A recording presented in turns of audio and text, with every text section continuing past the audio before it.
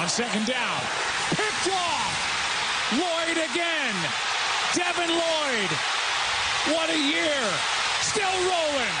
Down the sideline. One man to beat. Lloyd. Pick six. First and goal with 30 seconds left. Now Lawrence goes down. Has to get up. Breaks the tackle. Touchdown Jacksonville. Some of the most ridiculous football plays you'll ever see took place last night on Monday Night Football. Alongside Tanner Hendrickson, I'm Brandon Kiley. Alex Ferrario joining us shortly. He's in an interview with Doug Armstrong right now out of the Centene Community Ice Center. We begin with Monday Night Football, where the Jaguars win last night at home against Kansas City Chiefs in what was effectively their breakout campaign. I mean, that was an opportunity for them to show themselves on a national stage with a new head coach, this new version of the team. Travis Hunter, a really good performance by him last night, both offensively and a couple of big plays defensively for him as well. That was an impressive showing by the Jacksonville Jaguars. But we begin with what was the real story from last night, which is what I believe to be a lot of people throwing dirt on the grave of the Kansas City Chiefs. They're 2-3. A game looms against the Detroit Lions on Sunday Night Football. They did not look like the Kansas City Chiefs of old last night, and they have not looked in close games this year like the typical Kansas City Chiefs. They are now 0-3 in games decided by one score this season. I believe they were 11-0 in those games a year ago. So they're not making the winning plays when you need to the way that they have in the past. T-Bone, I think for a lot of people, the immediate reaction is, well, they're done. This is not the same team. They are undisciplined. They don't have the same defense as they have had in the past, and the offense isn't good enough to make up for those mistakes. That is not my impression of what we saw last night. I'm sure that a lot of people will not be surprised by this. I think last night is as confident as I have been in the Kansas City Chiefs since 2022. And I know that sounds strange because they're coming off of a loss on the road where Harrison Butker kicked the game away, and every time they were on a kick return, it felt as though they were committing another penalty. And then down the stretch, Trevor Lawrence tried so hard. He tried so hard to give the game to the Kansas City Chiefs, and the Chiefs just wouldn't take it. They had an interception opportunity. They had the ball played in the back of the end zone, but nope, here comes the defensive pass interference, which was the correct call. They just couldn't get out of their own way. And I feel more confident than I have in 3 years about this team because the offense is figuring it out. Patrick Mahomes accounted for 380 yards offensively last night. He did that 0 times last year. 0. And they still have Rashee Rice coming back very soon. Xavier Worthy has completely changed the look of this offense. You're seeing all of the opportunities underneath for guys like Travis Kelce. Last night, Hollywood Brown actually looked like a competent NFL player. Their running game, it's not great. At least last night, it showed a little something when it comes to the effectiveness and the explosiveness, both from Kareem Hunt and Isaiah Pacheco. I left last night feeling more confident about the Chiefs than I was going in, and I understand how silly that sounds given the fact that they lost. T-Bone, what was your impression of the game last night? I had the same reaction, and it made me sick to my stomach because I hate watching the Kansas City Chiefs just constantly win, and especially when they're at a time where, like last year, where you watch them and go, okay, finally they're going to lose, and somehow they found a way to win those close games. And then this year I see them early on and go, yeah, well, this is probably the year. It's the year from hell. They don't figure it out. No, they look great. Patrick Mahomes, I think you said this. I don't remember if it was on the show or if it was while we were in the office prepping for the show yesterday. Just an offhand comment of like, man, Patrick Mahomes has looked awesome this year. And he looked awesome again last night. Great. You mentioned his yardage. He's running the ball with using his legs to help the offense move the ball up the field. Their wide receivers now look competent. Thornton's been excellent for them in a couple of games today. You've got Hollywood Brown, as you mentioned, played well. Worthy looks good now that he's back and healthy. Oh, and by the way, Rice is coming back to help out this offense as well. I'm with you. I let that game go, and man, I think the Chiefs they're fine. I don't think I'm willing to say like they're going to win the Super Bowl. They're getting out of the AFC. They're going to be a top 3 seed in the AFC conference this year, depending on what Buffalo and whoever, Indy or Jacksonville, whoever's going to fight for that spot in the AFC South. I feel really good about them moving forward, and I hate saying that because I was ready to really say some wild things when they started 0-2. They looked lifeless, and now I look at them and go, damn, they are going to figure this out. The other thing is, man, just look across the AFC. I mean, I get it. The Chiefs do not look great right now, guys. I totally understand it. I'm not trying to sell you something that's not there. They're not dominant. They're not the team that they were in 2022. I get all of that. Neither are the Ravens. The Ravens have typically been a team that you could prop up and say, they've got this Hall of Fame quarterback. They've got an excellent coach, great defense. Look at this running game. Look at all of these things that they can do to attack you. One of the most talented teams in the NFL as well. All right, well, they suck. They're terrible. So let's put them off to the side.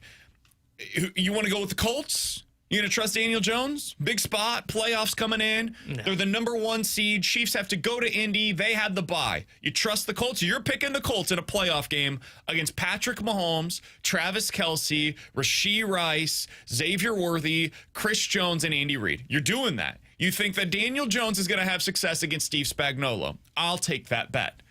You think we get into the playoffs, the exact same game that we played last night, Jaguars versus Chiefs in Jacksonville. You think the Jags will be able to capitalize on that many mistakes by the Chiefs again? I will take that bet. You think that the Chargers, without half of their offensive line, is going to be able to dethrone this version of the Chiefs? Nobody believes these things. You're being dishonest if you say that you are. The one team you could still throw out there is the Buffalo Bills. Yeah. And again, they just lost to the Patriots. They lost everybody has a bad day home against the Pats, and they haven't looked great this year either, and the defense is a sieve. So the Chiefs have their issues to work out. Every team in the AFC has their issues to work out.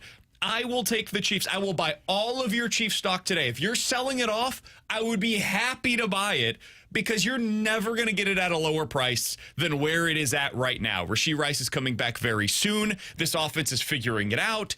The defense is going to be better. Steve Spagnuolo always gets this thing figured out by the end of the season. So I know people don't want to hear me come on the radio today and gloat. That's fine. I'm just telling you, be ready in January, because this Chiefs team's going to be back in the Super Bowl once again. You can hate it all you want, but it's going to happen. We all know it is. I'm not willing to say that just yet, but I am close, because you mentioned Spags is going to get this figured out. They're not going to take this many penalties. And I've always said this when you get to playoff football against Kansas City Chiefs, and at times it's held up in the regular season, not so much when they've been dealing with injuries, but the only way to beat the Chiefs is by not beating yourself and making silly mistakes. And you mentioned the Jaguars tried to kind of give that game away. I saw the sack that Lawrence took. I think it was inside 2 minutes of the fourth quarter. He is running to his left. It is, I think it's 2nd and 4 or something. The first down was actually worse. The first down where he didn't throw it away and decided to take the 5-yard gain in the run and then stayed in bounds. That was the worst decision he made maybe all day long, because it drained 35 seconds off of the clock. Sorry, go ahead. And when he takes that sack because he's trying to run him off, I'm like, okay, we got to throw the ball away, right? We're going to throw the ball out. We're going to save ourselves 30 seconds. And I think they burned a timeout. Save a timeout as well. And instead he tries to make something happen. He gets tackled in bounds. Those are the little things, right? We talk about this all the time with Lamar when he takes these big sacks. They're the little things that maybe you don't notice in the regular season. When you get to the playoffs, the Chiefs aren't taking the penalties that they took last night to where they end up having a pass interference in the end zone. They don't do that. They just play a clean football game. It's not sexy. It's not anything that you're going to write home about. It's not even watchable at times, but they don't make the little mistakes like you saw Trevor Lawrence do last night. Well endowed on the text line, 314-399-9646. That's the Air Comfort Service text line. Says, guys, I'll bet you a $25 gift card from Macadoodles that the Ravens make it further in the playoffs than the Kansas City Chiefs. I could not be happier to make that deal. Yeah. I could not be happier. But we got to get to the Jaguar side of things. We've spent a lot of time on the Chiefs. The Jags deserve a lot of praise. That's a game they don't win a year ago. That's a game I'm not sure they win since that year that they went to the Super Bowl. And that's the kind of win that makes me a believer that this is not just a playoff team. I'm pretty confident in that one right now. This is a team that could make some noise in the postseason. Again, I go back to what I said moments ago. This AFC is there for the taking. Somebody is going to emerge that surprises us. The Pittsburgh Steelers are 3-1 right now, leading their division. So, there's an opening here for a lot of different teams. I believe in the Bills. I believe in the Colts. I believe in the Chiefs. I think those teams are really good. I think the Jags are in that mix. To me, those are the top 4 teams as things currently stand today in the AFC. I'm willing to hear your comments about the Broncos. You could throw in the Chargers in there to a degree as well. This AFC just is not what it has been in previous seasons. So there's an opening for surprises. The Jaguars are one of those teams this year that I think it looks sloppy sometimes because of the pre-snap penalties. So what I'm about to say sounds, again, pretty strange. I think they're really well coached. I think the defense does a lot of stuff that's interesting. The offense schematically is outstanding. They have figured out how to get the best out of their running game in particular. Trevor Lawrence has some moments. I mean, that deep ball that he had last night, I think it was great. Brian Thomas Jr. going down the left sideline. You couldn't have thrown that any better. And he followed it up with that out route as well. You just, some of the throws that he makes, you see why he was as highly touted as he was. And then he makes stupid, boneheaded decisions, but he's incredibly athletic. He's got a cannon of an arm. And when he's right, when he's making quick decisions, God, is he skilled. So this Jaguars team is worth monitoring the rest of the way. They're going to make the playoffs this year. Yeah, I think they're a playoff team, and I like what I've seen. One thing I think that can help raise their ceiling, and I don't really know how high the ceiling actually is when you're talking about what they can do in the playoffs, is the more they get Travis Hunter involved. I mean, you saw the athletic ability last night in the game where he had, I think it was 3 catches for 64 yards, 1 deep ball, 1 where he caught it in space and made 2 Chiefs miss and then got up the sideline for like 15 yards. I want to see him get more involved in the offense, but he made another great play defensively as well. But the one thing I don't know how to read what the Jaguars are doing is this because of what the AFC is that they are getting kind of bumped up? Because I think this is probably more of what should be like a fringe 500 team, because I just don't trust Trevor Lawrence. I like the defense. I agree with what you're saying. Their defense was really good last night and impressed me.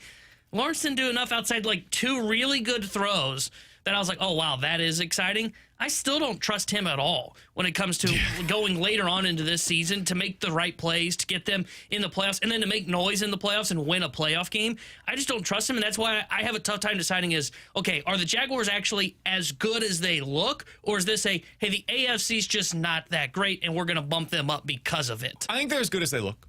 I think they're a legit 11-6, 12-5 type of team. And if you're that good, man, like, you deserve your credit. I said the year that the Jaguars went to the Super Bowl, meant the AFC Championship game. They should have won that game against the Patriots. They ultimately did not. That was the year that the Eagles went on to win the Super Bowl with Nick Foles at the helm. But that's the team I'm talking about, the AFC Championship team with Blake Bortles. So they're going to be one and done. This is their 1 year. Take advantage of it. Maybe. I think like, that's kind of what I think. Like, I when think you their say infrastructure is legit. I trust their coach more than I did at that point in time. I trust the talent of the roster a heck of a lot more than I did at that point in time. I think the Jags are well run. I think the Jags right now are for the first time, a well-run organization, and I really trust Liam Cohen. I think that guy's a really good coach. So that's what gives me confidence this time around. Your Rams were a joke prior to Sean McVay getting there. I don't think Liam Cohen is Sean McVay. I think he's a hell of a lot closer to that than he was to Doug Peterson. I'll say that. All right, coming up in about 15 minutes, we'll be joined by Jeremy Rutherford. He was out at Blues practice earlier today where Doug Armstrong spoke to the media and did give a bit of an update. Sounds like Oscar Sundqvist is going to be week to week with his lower body injury.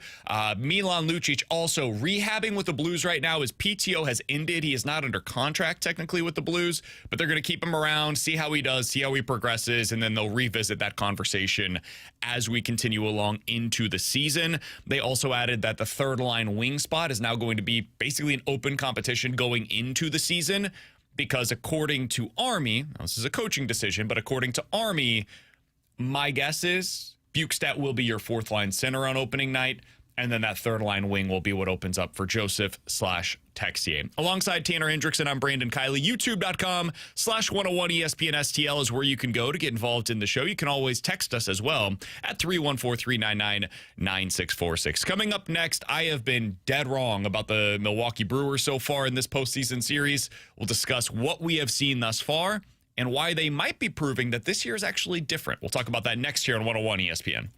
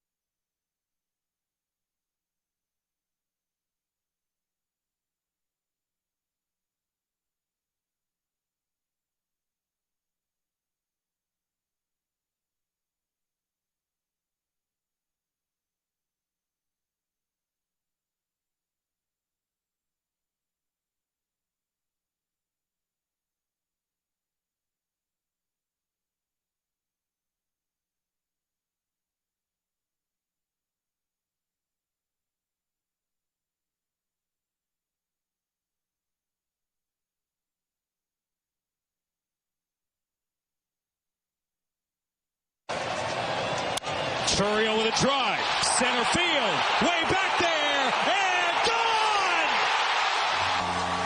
A 3-run shot from Jackson Churiel.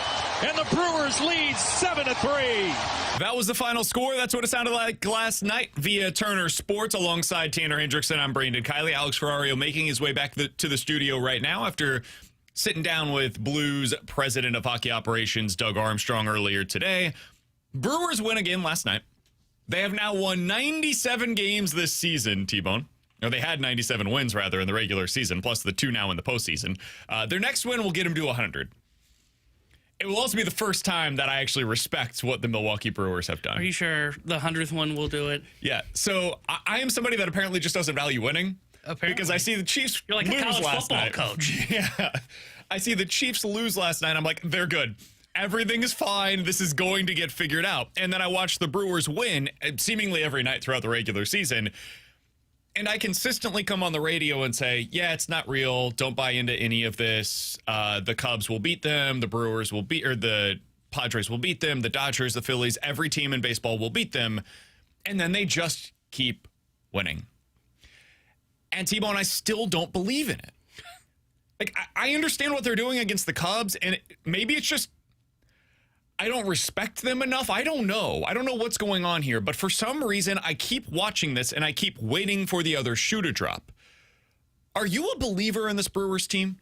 Are they actually good, or is this them going up against an overmatched Cubs team? What's going on? I think they're actually a good baseball team because, you know, I know when you look at their overall offensive numbers, they are a little bit low in terms of what you would expect from a playoff team. But I go back to since they started winning, you know, because early on in the season, they didn't really find the rhythm until I think it was the end of May.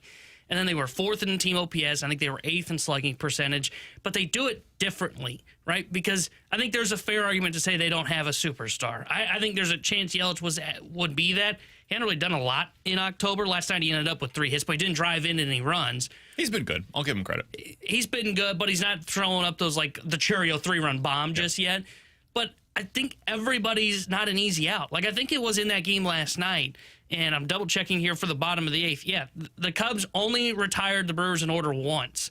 And I think that is a theme for this team, is they work hard at bats. The one thing I questioned was, would they be able to come up with a big hit, that big 3-run shot that puts the big crooked number on the board? They did. And they've got clutch hitters, like Contreras with the solo shot last night, Churiel with the 3-run bomb last night. I think they are different from Brewers teams in the past, where you looked at the lineup and went, okay, once we get past like the 4-hole hitter, we're probably good. I don't feel that way about this team. And I think you add on top of it that they've got an incredible bullpen.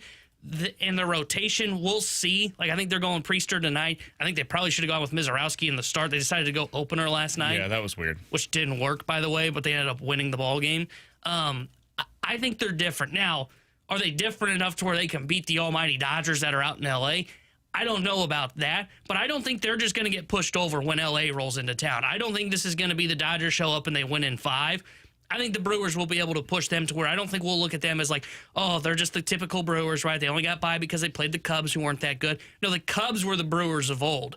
I think the Brewers are a legit contender. Yeah, I still don't buy it. And I think a lot of this is I just didn't buy the NL Central this year. That included the Cubs. I thought the Cubs were a fine team. The offense, I think, is quite good. I don't really get their playoff failures. I saw a stat from last night where they have now scored 3 or fewer runs in 12 consecutive playoff games, which is the longest streak in baseball history. That's insane. That came from the broadcast last night. I don't get why they're going cold in the postseason this way, but, you know, whatever. I don't buy the Cubs. I don't buy the Brewers. It's why I picked the Padres going into that series against the Cubs. Cubs ultimately won. I picked the Cubs going into the series against the Brewers because they beat the Padres, and the Brewers are going to ultimately win this series. I will take the Dodgers, though, over the Brewers. I would have taken the Phillies over the Brewers as well. I would have taken the Padres had they come out of that series against the Cubs over the Brewers. I don't trust the NL Central.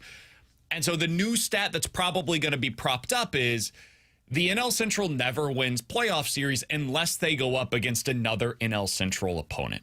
I think that's what we're going to see here. I think that's going to be the lesson from this series. The thing that can push me off of that stance is Jackson Churiel.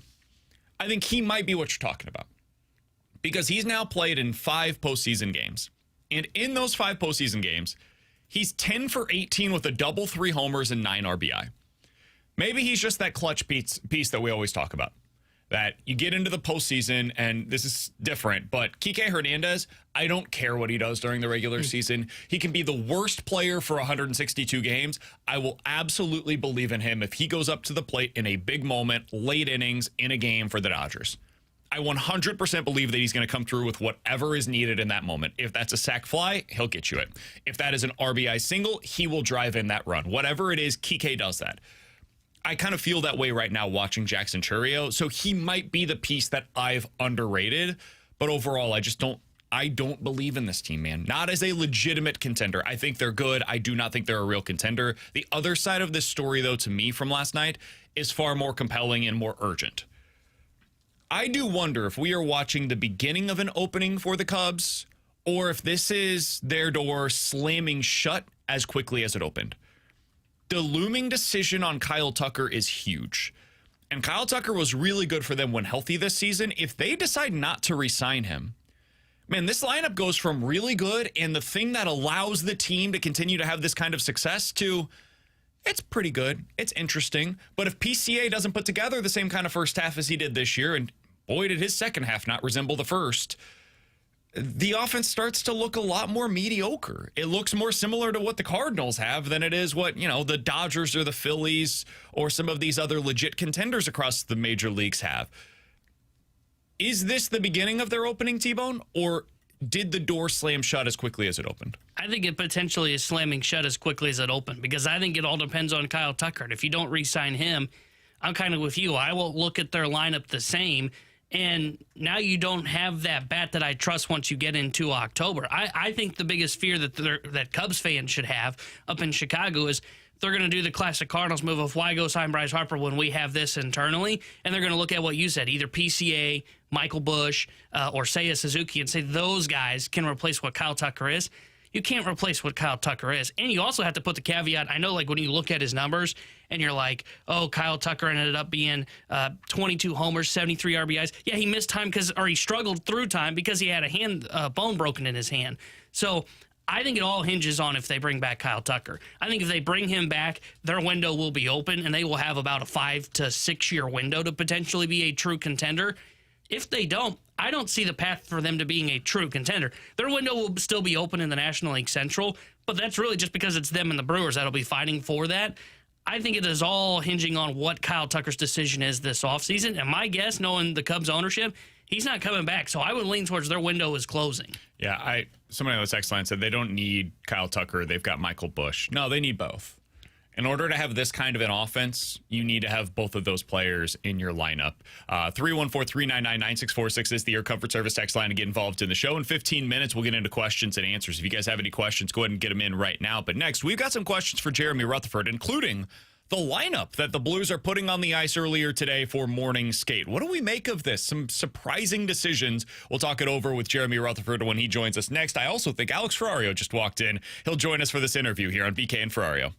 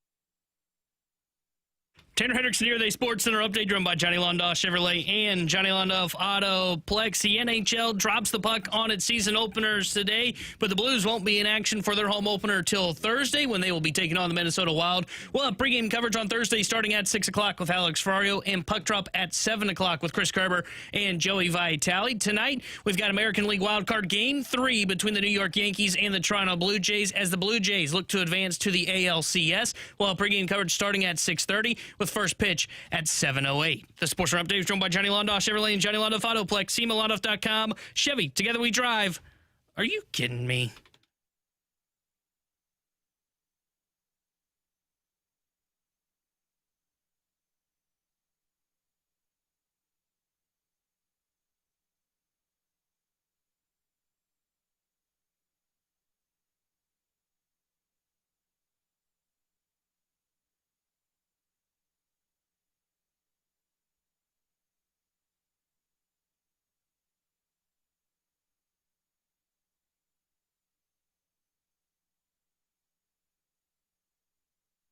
Alongside Alex Ferrario and Tanner Hendrickson, I'm Brandon Kiley. Happy to go out to the Callier and Thompson hotline to be joined by our friend, the Blues insider for The Athletic. He's Jeremy Rutherford joining us here on the show. JR, appreciate the time as always, man. I know you had the opportunity to talk to Doug Armstrong just a little bit ago.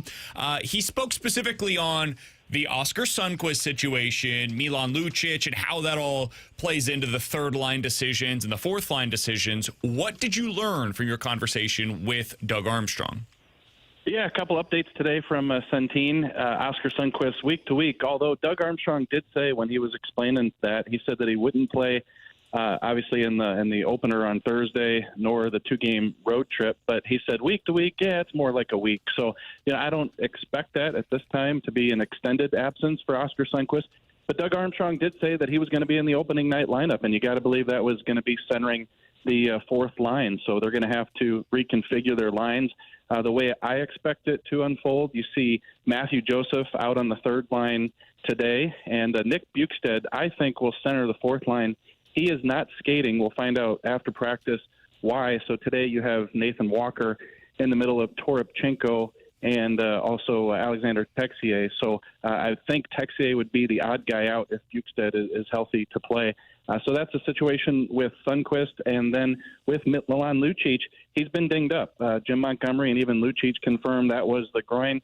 He's not been able to be himself in practice. Doug Armstrong went to him and said, listen, let's get you healthy. Let's try to figure this thing out. You're not at your best. It's going to be tough to be evaluated. And so they're going to continue to look at him and probably offer him another PTO when he does get healthy because that first one has expired. But, guys, I got to believe this is all signs pointing to Lucic being on this team when he gets healthy. And it might take some conditioning. It might take a lot extra before he gets in the lineup. But Doug Armstrong specifically referenced what happened around the league, and we're thinking about the Tampa-Florida game recently with all those fines and penalties, so on and so forth, that why they think they need Milan Lucic on this roster. So I had the same thought process you did, Jared, when we were hearing Doug Armstrong talk. So for me, did it feel like this competition that we talked so much about in training camp of Joseph and Texier fighting for one spot, do you believe that's still to be the case and it's just going to trickle down into the regular season? Yeah, I think so. And right now, Texier is the odd guy out, and I think we've explained that for the past couple of weeks. Is you see the moments with him, but it's not consistent enough. And Jim Montgomery talked about that the other day. He said, out of the guys on the roster trying to make the team, consistency's been an issue with Texier. And I know people can say that you can put him on the fourth line. To me, you can't put a Texier on the Blues fourth line. They need that to be an identity line. It was last year. I think you can have it with a healthy Sundqvist, a Toropchenko, a Walker, maybe even a Bukestad, but not an Alex Texier. So I do think that if and when they add Milan Lucic, that would come down to a Joseph and a Texier. But, whether that's in a week, 2 weeks, 3 weeks, we don't know. So there's a lot to play out. We're talking to Jeremy Rutherford here on 101 ESPN. JR, one of the biggest surprises to me, because, we knew Sonny was hurt. I didn't know that Bukestad wouldn't be skating today, but that throws everything into flux here. Shin as the second-line center, after not seeing it at all, basically, in the preseason, and then Suter bumps down to the third line. Can you explain this one for me a little bit? Yeah, and let me give you a little bit of background. So we've asked about that periodically to Jim Montgomery, and you come out here every day, and, it's tough. You can't ask the same question every day. But I did ask Jim Montgomery what's Sunday, hey, so Suter's still on that second line, Shen on the third line? And he said, yeah, but I'll just keep repeating that we know what Shen can do on that second line.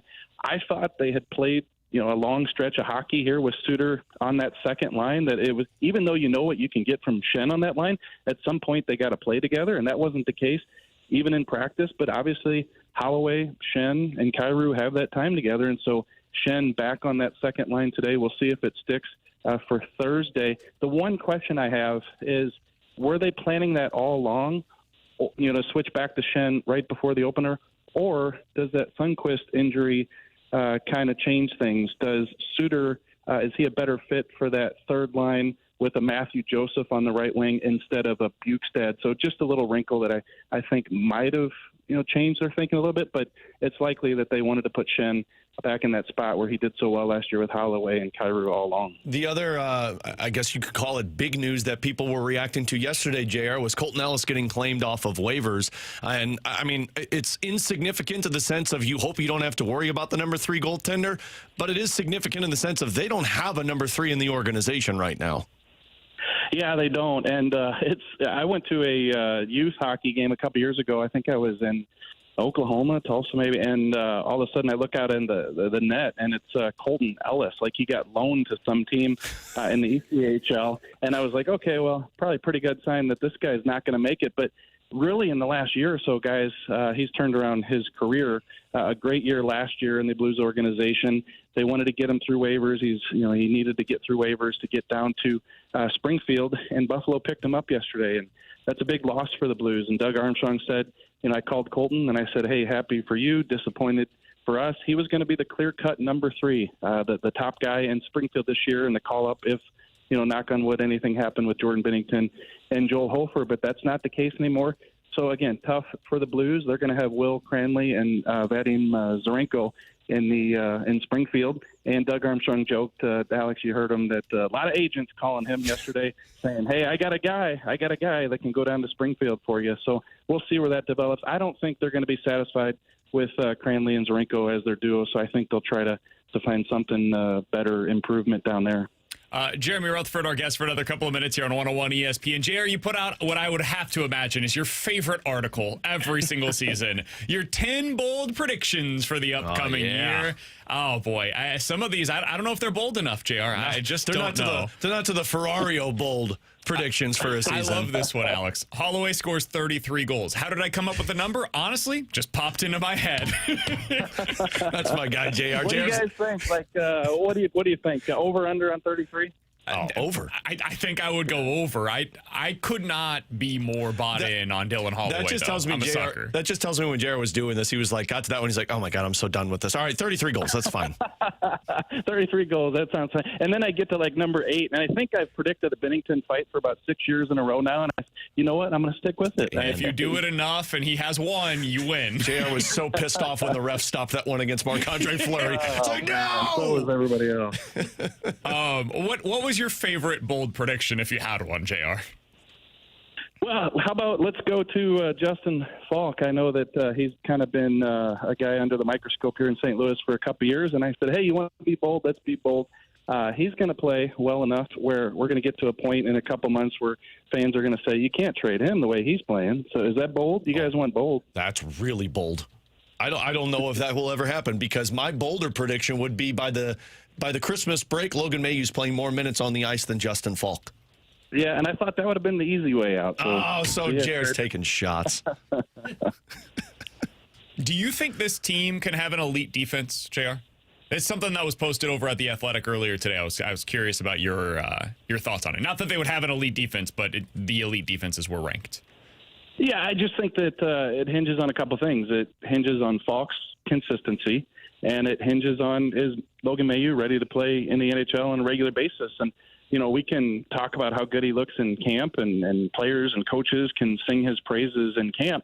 But like Doug Armstrong said today, he said there's going to be a learning pattern with him. So, I mean, we're going to be 3 weeks into the season, and he has a hiccup, and, people are talking about Zach Bolduc. It's just going to happen at some point. But I think big picture, he's going to be a good player. But we got to get to that point. And so can they be elite with a guy who in Falk has been a little bit inconsistent and Mayu who's getting his feet wet? I think it's kind of tough to put them top 10 in the league in terms of defense. But I think when you look at a Parayko and a Fowler, what they did last year, and you look at a Broberg, and guys, I mean, I'm stating the obvious here, but I just think he's going to take off. What we saw in the preseason, him and the assertiveness in the offensive zone, I think he's going to get 12, 13 goals, and I think that he's going to be a force and he's going to be a top pair guy at one point. So I think with the prospects coming in, they could have an elite defense at some point, and we'll see what happens with this group, but probably not quite in that upper echelon just yet. We're almost there. The NHL officially opens up today. The Blues open up on Thursday evening against the Minnesota Wild. You'll be able to hear all of that coverage right here on your home of the Blues 101 ESPN. You'll be able to read all of JR's coverage over at The Athletic. JR, appreciate the time as always, man. We'll be looking forward to your update on Nick Bukestad. We'll talk with you again next week. Yeah, talk to you a lot this season, guys. Thanks a lot. Looking forward to it. See you, Jeff. That's Jeremy Rutherford. Appreciate his time as always. He'll be joining us each and every Tuesday throughout the NHL season. By the way, Thursday, as I mentioned, is the Blues home opener. Blues fans are invited to the opening night rally at Union Station. That'll kick off all the festivities, which 101 ESPN will be a part of on Thursday from 3 to 5:30. We will be hosting our show live at Enterprise Center on Thursday. The Fast Lane will be there as well. Pre-game coverage with our guy Alex Ferrario will begin at 6 o'clock. It all leads up to puck drop with your St. Louis Blues hosting the Minnesota Wild at 7 o'clock. Catch all of the action this Thursday night and all season long right here on your home of the Blues, 101 ESPN. You excited? ready? Oh, my God, I'm so excited. How long do you think the excitement holds until you start saying, oh, my God? Oh, The first back-to-back. Never. Oh, well. No, the first 9 o'clock game. Oh, First 9 o'clock. I can handle back-to-backs like this weekend. Next Wednesday, 8:30 home game against Chicago. Bleep off TNT to make that game the 8:30 one, which is really going to be like an 8:50 puck drop. Yeah. But like also, how glorious is it the first time they travel to Western Canada? It's a 3 o'clock puck drop and a 6:30 puck that. drop. Yeah. Like, God bless you, NHL. Alex is a winner there. Yes. But then in January and I think April, they play like 3 9:30 puck drops both months. I was looking for the first like real extended stretch of late night, and it's Wednesday, March 4th. Yeah. You have a 9 o'clock, and then Friday the 6th at 9 o'clock, and then Sunday at 8. But other than that, that's kind of it, man. It's not too bad. Oh, here we go. March. Monday at 9, Wednesday at 8, Friday at 9, Sunday at 8:30. That's going to be the week that Alex is out. I'm going to take that week off. I'm going to just be your pre- and All right, post-game BK host for will be- those. oh. BK, Tanner, and Bradford will be taking care of I thought you were saying you're BK taking and off Ferrario. pre- BK and okay, buddies. No, BK's doing it'll be BK and buddies instead of Ferrario and friends. But God bless you for taking it up to March with those 9 o'clock starts. I will take that. November and I think March. November and March are just gauntlets of a schedule because of the Olympics. From the 618, Alex, watch your breathing. Coming up next, 314-399-9646 is the Air Comfort Service text line. We will get into questions and answers here on BK and Ferrario.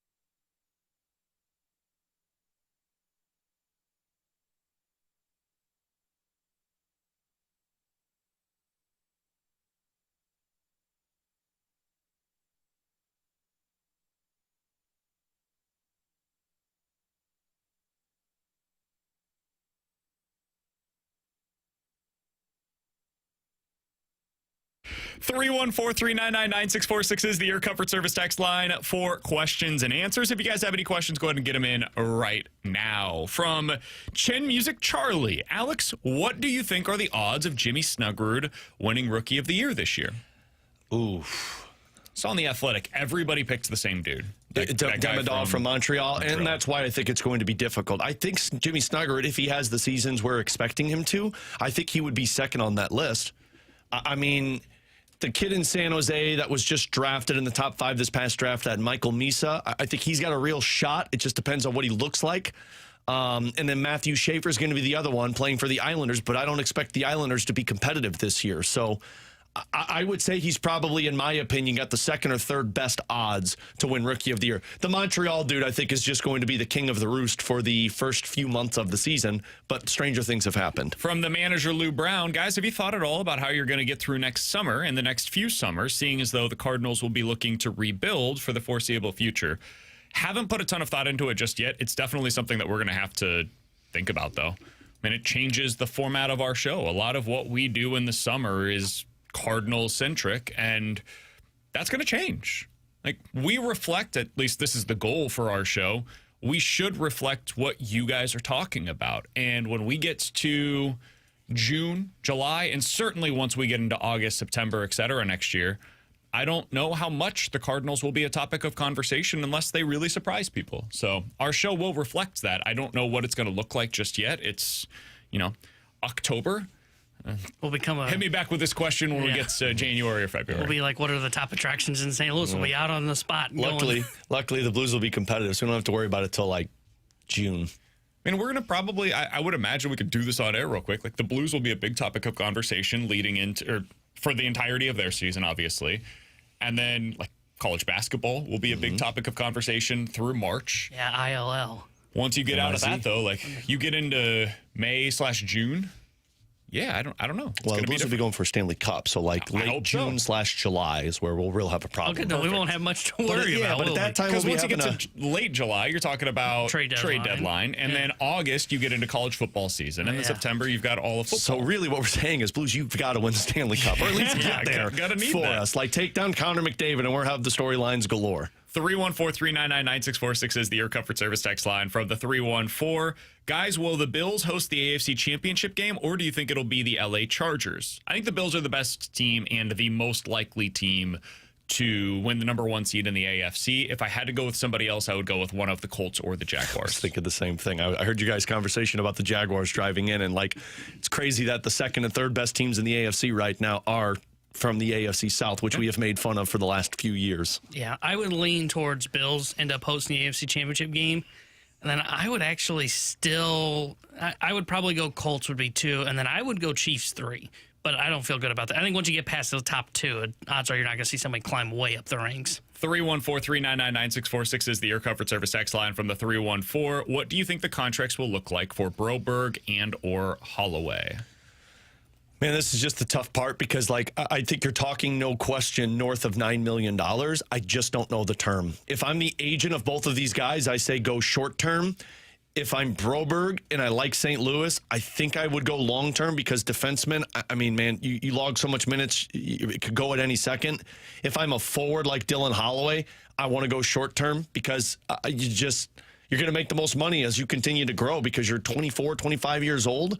But I think both are going to be starting point $9 million. From the 314, does the status of John Mateer, which is still undecided, change who you pick this weekend between Oklahoma and Texas? Or would you still favor one side over the other regardless of whether or not he plays? Texas, the team that just lost to Florida? It would change my confidence in my pick, which is going to be Oklahoma. It would not change the team that I am picking. Once again, as I was last week with the Texas spread against Florida, I am shocked by this line. It is Texas -1.5. What should it be? Oklahoma -3. Okay, I'll take that one. You could give me any line, and I would take Oklahoma. Do you guys disagree? Like 2.5, maybe 2.5, 3, somewhere in that range. I think if Mateer were to play, I think it would be a touchdown. But because he's out, I would still favor Oklahoma. I agree with you. But yeah, I agree with the way you answered that question. Does my pick change? No. Does my level of confidence change? Absolutely, because I would take Oklahoma. Their defense is awesome. Yeah. And as you saw with Arch Manning, he's not good really, period. But he's really not good when he goes up against a good defense, and Florida has one. I would lean Oklahoma all the way. I'm not touching this game with a 10-foot pole for the pick-em. I can say this because I don't bet college football on our pick-ems, but yeah, I don't really care what the line is. I know one quarterback, and he's been average, and I don't think Texas can hold up against Oklahoma's defense. Biggest flaw is going against pressure, and Oklahoma has an excellent defensive line. The thing that gave Texas so many troubles last week was their offensive line got crushed against that Florida defensive line, and Oklahoma is better in that regard. So yeah, I would pick the Oklahoma side. From the 618, could Daniel Jones realistically win MVP? Possibly. I was thinking about this last night, Alex, as I was watching the Chiefs game. I think right now, if I was put together my current favorites as like the MVP at this point in the season, I would have Daniel Jones on that list. He wouldn't be number one for me, but I would have him on the list. I would have Baker Mayfield on that list. I would have Puka Nacua on that list based on his early season performance. I would have Patrick Mahomes on that list. Of course. I mean, listen, I would. And I personally would have Josh Allen on that list, probably fifth. Yeah, I think I would go Baker 1, Daniel Jones 2, Puka 3, and then I don't really care 4 and 5. I mean, Mahomes, Allen, Mahomes, it's going to be both of those guys, but to me, they're nowhere near the other three. I'll give one other honorable mention. Dak Prescott should be in the conversation. Oh, yeah, we said that yesterday. Agreed. He's been great so far. Would you put Dak above Puka? No. I think if you're going to have Puka in there, you almost have to throw Stafford in automatically. Well, and that's why I kind of asked about Dak. I mean, it's unfortunately true. The only reason Jonathan Taylor, throw him in the mix as well. The only reason Dak would be in that list is, I mean, the reason Dallas has got 2 wins is because of Dak. So, I mean, I think I would have him above Puka, probably below Daniel Jones. From the 618, guys, will you be bringing back Can You Beat the Blues this season? We sure will. Started up this week, right? Next week. Next week, right? Yeah. I think. Now I'm questioning that. Funny you ask.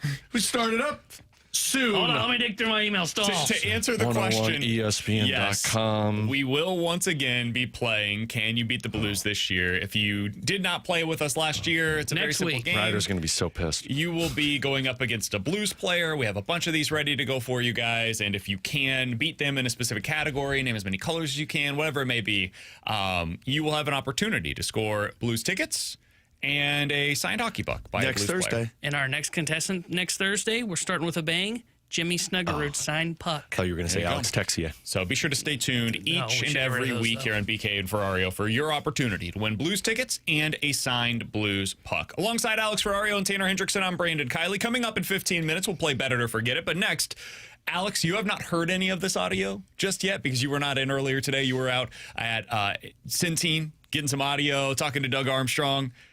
Phillies fans are in full-blown meltdown mode. You're going to want to hear this next year on 101 ESPN.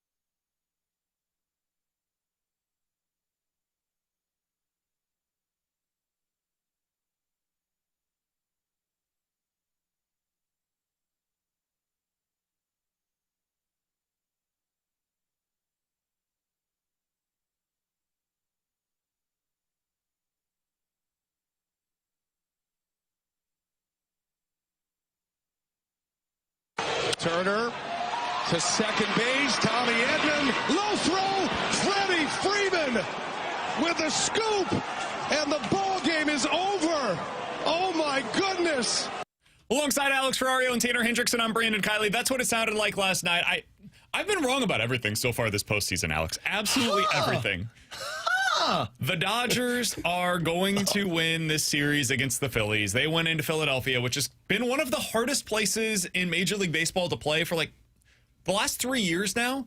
They've got stars littered throughout their lineup. They've got a really good rotation. Their rotation's been good in this series. That has not been the problem. They have like every time they bring in a reliever, I'm like, that guy's really good.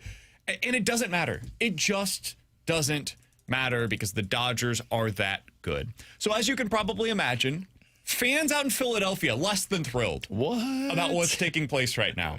So I went back and listened to some of their morning shows from today. Would you like to hear some of their callers? God, I needed to pick me up on a Tuesday. All right, we've got 5 of them. I would be curious who you think are the top 3 callers that we've got here, right? Easy, okay. Let's start out with number 1. I've been watching baseball for really a long time. I don't think I've ever been more upset over a loss than tonight's game. The manager grabbed defeat out of the grasp of victory. You got 3 shots in a single, 3 shots. You got a left-handed batter. You got his bunting. Are you kidding me? You got him bunting. So you're saying he can't hit a ground ball to first. He can't hit a ground ball to second. He can't hit a fly ball to right field. I'm going to bunt him. The Dodgers are on the road. All the momentum in your favor, and you give them an out. You know what? I'd have Bruce Bochy on speed dial right now. Okay. By the way, that one's good. Every fan base is the same. Every fan base wants a new manager. And they all want Bruce Bochy. Every single one of them. By the way, the fan base that had Bruce Bochy couldn't wait to get rid of him. It's amazing. All right, so that's caller number 1 on WIP. Let's get to caller number 2. All I hear is how great of a manager Rob Thompson is. Genuine question, how many postseasons does one manager blow until they're no longer a great manager? Go get me Bruce Bochy. That one was pretty good. But I think I would have the first caller ahead of this one. He's at the bottom right now. Let's go to caller number 3. We're done with Bedlam at the bank. Top 3 have now made it bedtime at the bank. And unlike Rob Thompson, I don't trust them to wake up. That's good. That's a really good nickname. I think I would have him second out of this. At the bank. He's in the middle. He's in the middle. Caller number 1 is still at the top. All right, let's get to caller number 4. This isn't Red October. This is Dead October. Are you freaking kidding me? How do the bats go this cold? How do the bats go this cold? Have they never been up against pitchers of this caliber before? I don't understand. This is ridiculous. My heart is very heavy right now. I don't like this one at all because she said that to her husband last night when she was watching the game. And she said, this one's funny. I'm going to call it in tomorrow. It's Dead October. All right, so that's caller number 4. Also, Red October is St. Louis's thing. Chill out, Phillies fans. Let's get to caller number 5. Thompson, boom! Turner, boom! Harper, boom! Schwarber, boom! It's the Philadelphia Phillies! It's the Phillies! God! Congratulations. Caller number 5, you are the GOAT. You are the GOAT. Play it again. I want to hear him yell. Thompson, boom! Turner, boom! Harper, boom! Schwarber, boom! It's the Philadelphia Phillies! It's the Phillies! God! Phillies! God! I just want that on repeat. The Phillies! The Phillies! God! Phillies! It's the Phillies! God! Is that what I sound like sometimes? That's what I sound like too, man. Okay. Sometimes puberty hits and it just takes over your whole body, you know? Phillies! Schwarber, boom! Boom! Harper, boom! Thompson, boom!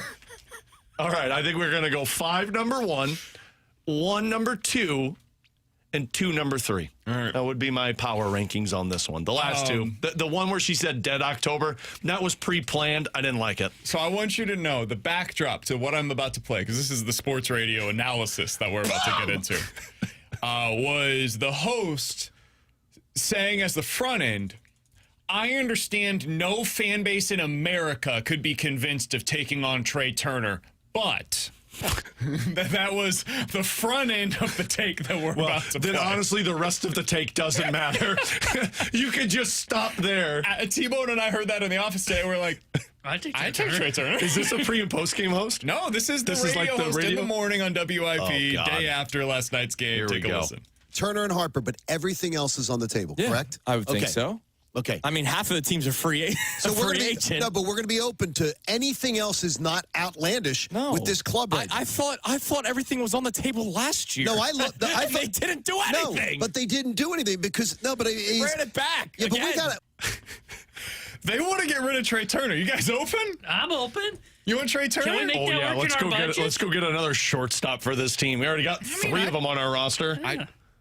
I take it. You want another one? Can I ask you a question? Sure, buddy. Go ahead. It's going to be the stupidest question you've ever heard. It won't happen. It's ridiculous. I understand. I'd rather have Harper. But would you trade Mason Wynn straight up for Trey Turner? No.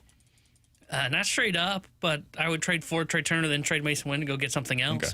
Because Trey Turner's 32, so it would be a stupid move. It would be the dumbest thing you've ever done. What are you guys doing right now? But I want take Trey Turner to the Phillies. I want to preface this by saying nobody would want Trey Turner except these two guys in St. Louis. We'll take him. I couldn't believe what I had heard. So they want to get rid of their manager. They think Trey Turner is a bum, as you heard there in that clip. They said, Kyle Schwarber, I don't know, man. I'm not paying him what it would take. That guy, every year in the postseason, he ends up failing. He's spectacular during the regular season. They're the Phillies. Yeah. Terrible during the postseason. Like Harper's the only guy they like in Philadelphia right now. Everybody else on their roster, they would love nothing more than to get rid of them currently. That's logical thinking. So, yeah, I do wonder if there's a trade to be made there this offseason between the Cardinals and the Phillies. We brought it up in the past about, hey, do you take on the Nick Castellanos deal, see if he makes sense for the Cardinals, and instead of having to eat a bunch of the money for Nolan Arenado, you just take on what is considered to be a quote-unquote bad contract. The juice has got to be worth the squeeze, though. Like, I mean, to me, I understand Trey Turner's an incredible player, but he's 32 years old, and you got to imagine that's going to start decline at some point, right? Happened with Nolan Arenado. And where are you playing him?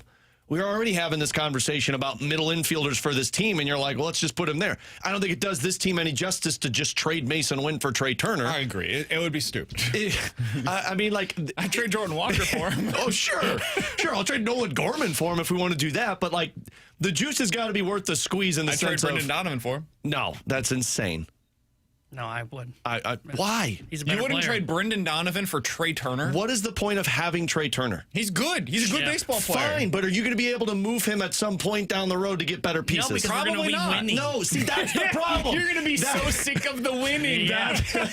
Okay. You two are... At some point when we fail in October, you'll be like this guy. This is what happens. Do you know how great that would be? Do you know what I would give right now to feel that way today? This is a logical thinking. What I would give for the Cardinals to make me that mad. This is a logical thinking. You guys are just trying to chase another playoff I don't want to go berth. through a rebuild. We don't know what we're going to talk about. You're going to get worse, man. You're going to get 32-year-old Trey Turner when he looks like a bomb next year. I get to year. feel this way, though. Yeah. Don't you? Really? Don't? Yes, you do. That is what sports are for. You think Trey Turner's going to make this team a playoff team next year? To make me feel like this? You're not even going to be. Yes. You're not even going to be an 85-win team if you get Trey Turner. 85 might get you in and do this. Your pitching is still bums. Can we get the bombs?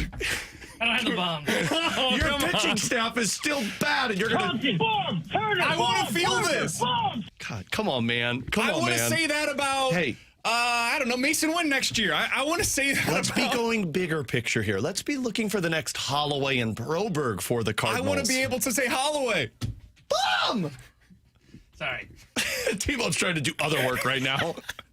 Also, I just shot my voice for the rest of this weekend. Bomb! Turner! Bomb! Harper! Bomb! I want to say Ollie, bum, DeWitt, bum. People are saying that right now. Yeah, but we can feel it. No, you guys are insane. Nobody Absolutely really not. feels it in their court. You can feel that in Animosity. You know what? If you want to trade... He wants every one of those guys shot into the sun. If you want to trade Nolan Gorman for Trey Turner, go for it.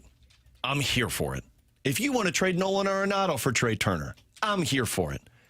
Let's stop thinking irrationally like you two are. Somebody said, BK, you're too smart to not understand why. It's not just X player for Y player. It's contract, age, etc. I know. Bomb. BK, bomb. You're Phillies. I know. I understand that. But I want to feel emotions again. Can I be honest? I don't think you've got that anger in you for the... No, I think you're more of this one. This isn't Red October. This is Dead October. I think I'm more likely that dude with the anger problem.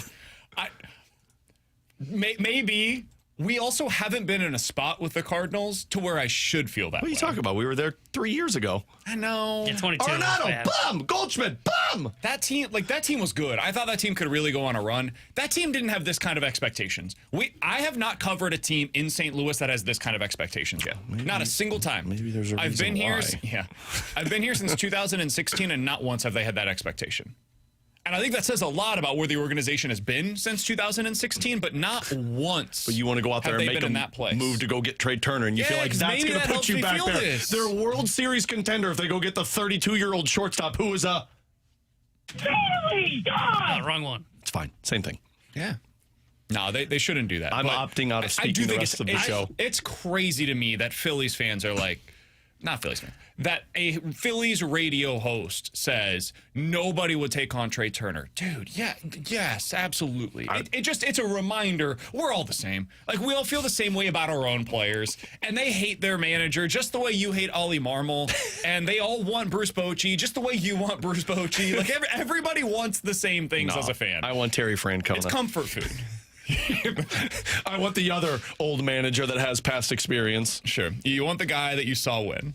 Yeah. And we haven't seen this guy win, so in that sense. Win. That's what it means. Like, if your guy has not yet won, he cannot win. This guy has won, which means that he will win. Well, in that sense, let's go get Mike Schilt. Well, he hasn't won either. Are you kidding me? He won Manager of the Year.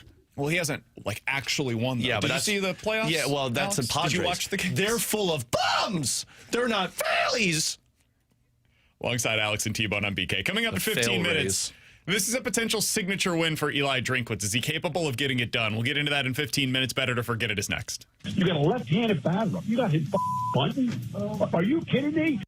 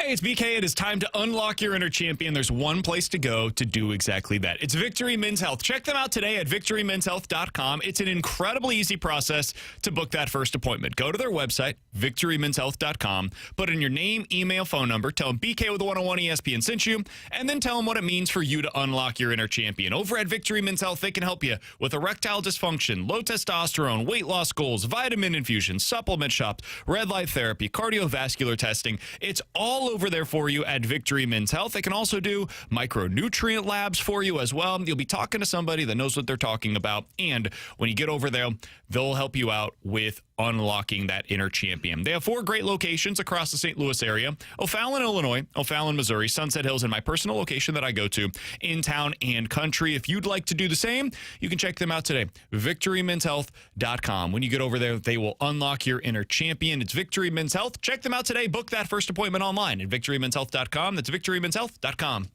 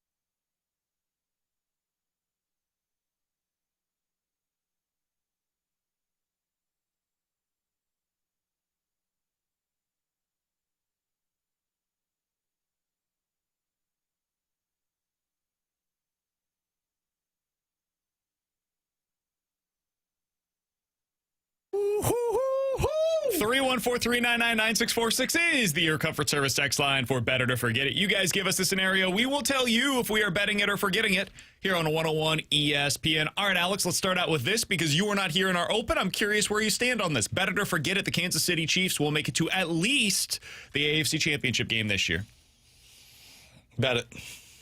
I mean, I know they lost to the Jaguars, but when they have Rashee Rice, I think that team can still make their way through. The only one that I'm just not sure about is the Bills because they always are just a slap fight, as I like to call it in the NFL.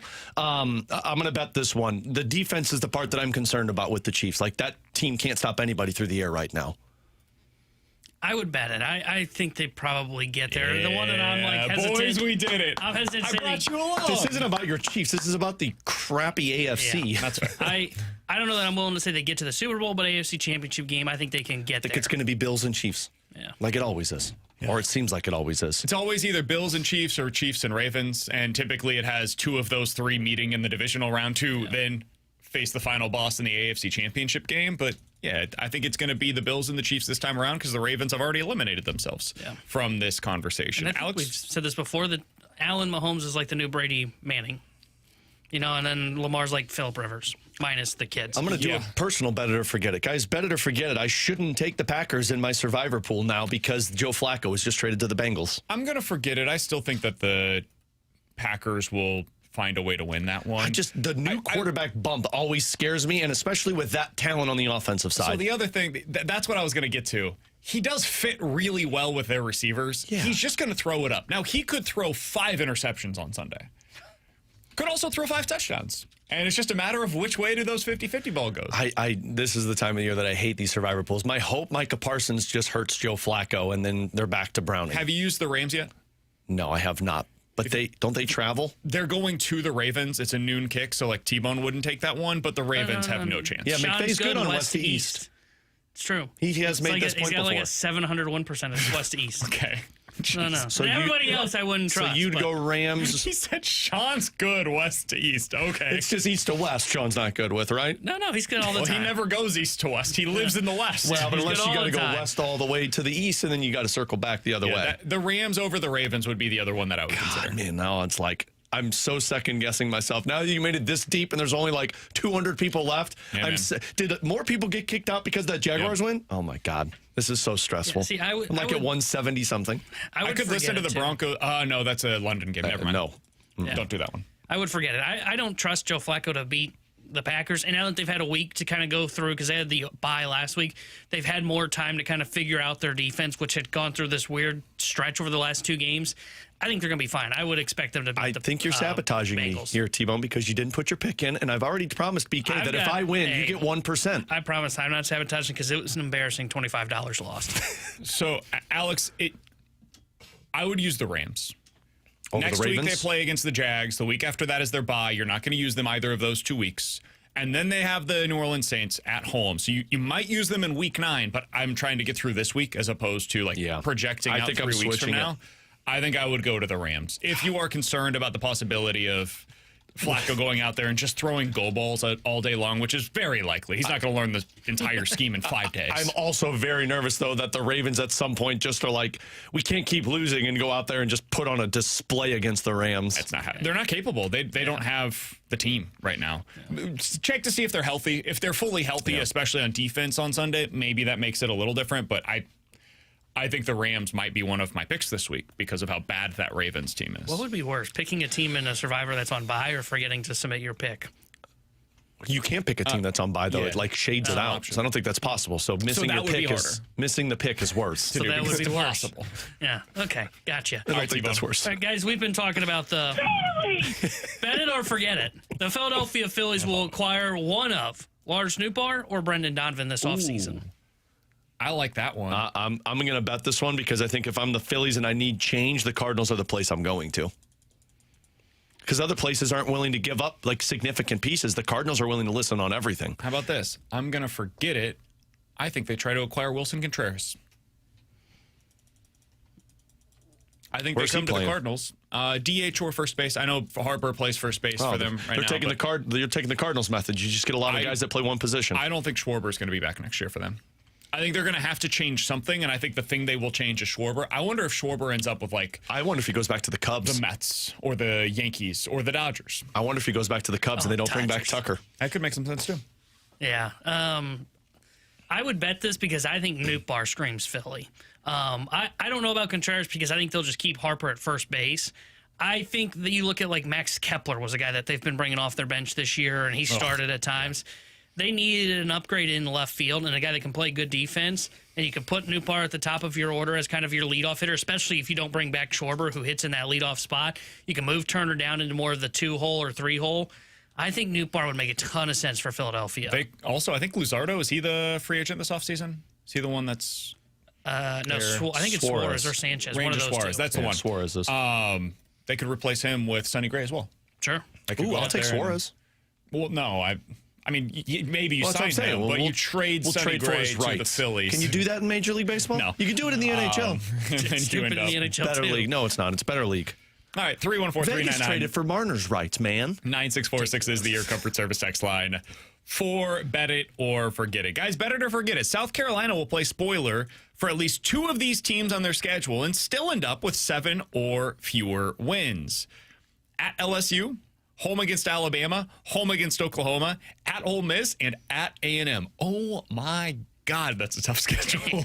Yeah, that sucks. I do not think they will play spoiler in 2 of those games. That's going to be tough. I think they could win one of them, though. Yeah, one of them would be a lot more realistic, so I'm in agreement with you. I could see them winning, like, at Ole Miss. It's one of those spots, nobody will pick it, and then Lenore Sellers has just a huge game, carves them up, wins 42-40. Are they playing in Alabama, or is it in South Carolina? It's Alabama. I could see that one, too. Quarterback versus quarterback. See, if I were going to, like, bet on who they play spoiler with, because I would forget this because 2 is a lot from that schedule. I think LSU's the one that I could see them ruining their season. They go on the road, they take down LSU, because LSU's just not been that impressive so far this year. I could see where they ruin the Tigers season. All right, 314-399-9646 is the Air Comfort Service text line for bet it or forget it. Bet it or forget it, guys. A lot of people asking this. The Bengals will make it to the playoffs with Flacco. Forget it. That defense is too bad. Yeah, that's where I'm at. Although, like, this is the part that I fear, because when he went to Cleveland and he just carved up everybody's defense, and, like, if you went in a shootout with Jamar Chase and T. Higgins, then I could see it happening. But I'm still going to say forget it. Yeah, defense can't stop anybody, man. 100%. I would forget Chiefs it. can't either. Defense hasn't been good, and, like, if you saw Flacco early on with the Browns, if you can just get pressure on him, you want to talk about a guy that don't want to get hit. Flacco don't want to get hit, and boy, watching him move is painful. 314-399-9646 is the Air Comfort Service text line. Guys, bet it or forget it on Monday. Mizzou will be a top 7 team. Texas will be eliminated from the playoffs. And Oregon will have their first loss. Oh. I like 2 of those 3. A lot of stuff. I don't know. The one I'm most hesitant on is Mizzou, because I just don't know if they're beating Bama. You think Indiana pulls it off this weekend? It's just because T-Bone was embarrassed by Indiana. They looked awesome when I saw them in person. Or your team just looked really bad. Both. Yeah. Sorry, Carrie, if you're listening. You know what? I'll bet it, because I saw Bill Connolly put out his SP Plus, I guess it's score predictions or projections from his ranking or from his model. He had Mizzou winning that football game. Wow. So I will bet this, because I think Indiana wins. I think Texas is done. And then I think Mizzou pulls off the upset. Another advanced numbers nerd guy that I follow gives Alabama a 68% chance to win and says they'll win by 10 points. Ooh. I saw that too. Nerd on nerd. Which one are we going to side with? I'm going to trust Bill. All of the algorithms are different. They're battling each other. I'm going to forget this one because I don't think Indiana beats Oregon. I think Oregon's the better team. I think so too. I'm with Alex. I'm going to say forget it. 314-399-9646 is the Air Comfort Service text line for bet it or forget it. Last one here. Guys, bet it or forget it. There will be at least 2 teams that get swept in this round in Major League Baseball, the postseason. At least 2 teams will be swept in this round. You've got the Blue Jays up 2-0 right now. They can potentially put an end to this series tonight against the New York Yankees. You'll be able to hear that, by the way, right here on 101 ESPN. And then tomorrow you've got the Brewers versus the Cubs, which is 2-0, and the Phillies versus the Dodgers. So 2 of those 3 will end with the leading team sweeping the series. I'm going to bet this one. I think you see 2 of them. I think the Blue Jays end it, and I think the Dodgers end it. I think you see 3. I think Brewers sweep the Cubs. I think you see the completion of the Toronto series, and then also with the Dodgers. Schlittler makes me hesitant on this. That guy is unbelievable. And if he has any kind of a repeat performance of what we saw from the game in the wild card round, I think they end up winning game 3. The Blue Jays will take care of business. They'll get that series done, but what I if do I not told think that they you will. it's Carlos Rodon today? Oh, shoot, I'm looking at game 4. Oh, Schlittler.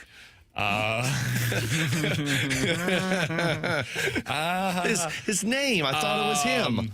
Yeah, I'll go ahead and say bet it. God, T-Bone just threw one. You just swatted that tennis ball right back when he at said him. It, I was Well, like, I was looking man, at I feel like Schlittler, it's and I was wrong. like, I don't. That feels aggressive. And then, I still think the Yankees find a way to. versus Rodon. I still think the Yankees find a way to. It's very good. I think they find a way to keep themselves alive. Like it's hard for me to believe the Yankees are just going to roll over and die. Is it? Yeah, I mean with Judge, and I know he hasn't really performed, but again, yeah, I don't know, man. That would be the one that I'd be hesitant on, even though I think Toronto finishes it. Judge has been good this postseason. He just hasn't been. I mean, how many home runs has he hit? 8 for 18 in the postseason. What's his how many slug? home I runs feel has like he everything's a single. He has a double. Oh, but okay, so he's good, but he's not Aaron Judge yeah, good. Aaron Judge has hit 7 singles. I'd call that a win. He's getting on base 52% of the time. Judge is fine. Whatever. He's been good Sure, this but he's postseason. not hitting OPS bombs. over 1,000. The rest of the lineup, here are their OPS numbers: 420, 440, 730, 660, 420, 480, 600. That's Judge, the problem. bum. Yeah, Aaron Judge, bum. Yeah, He's the Phillies. I bet if you listen to New York radio, they're putting some blame on Judge. They should trade him right now. Yeah, who would take that contract? I'll trade Brendan Donovan or Mason Wynn for that. You think? Yeah.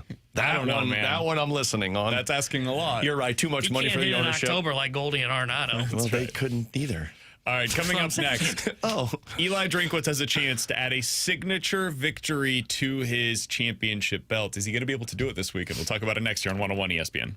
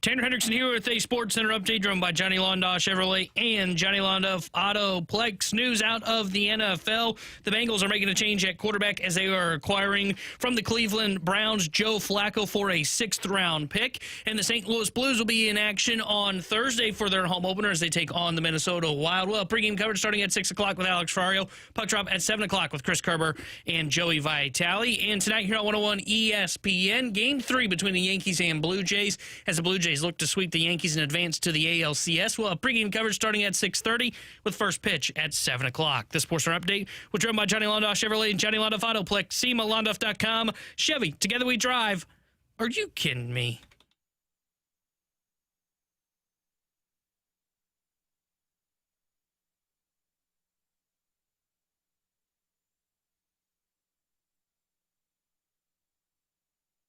This weekend has the chance to be a signature win for Eli Drinkwitz. Alex, I was looking up some numbers for a column that I'm going to be posting this week for the Alton Telegraph about Mizzou and what it's done against top 10 opponents. It ain't good. Missouri's 5-31 against AP-ranked top 10 opponents since the year 2000. 5-31. The most recent of those victories is a game that, I'll be honest, I think most Mizzou skeptics, and personally myself as well, don't necessarily acknowledge. It was the bowl game against Ohio State. That wasn't the Ohio State team that we saw all season long. Marvin Harrison Jr. didn't play in that game. They had a backup quarterback playing in that game. That was a different Ohio State team. So if you shred that away, you take that away, I understand Mizzou fans don't want to, but let's set that aside for a moment.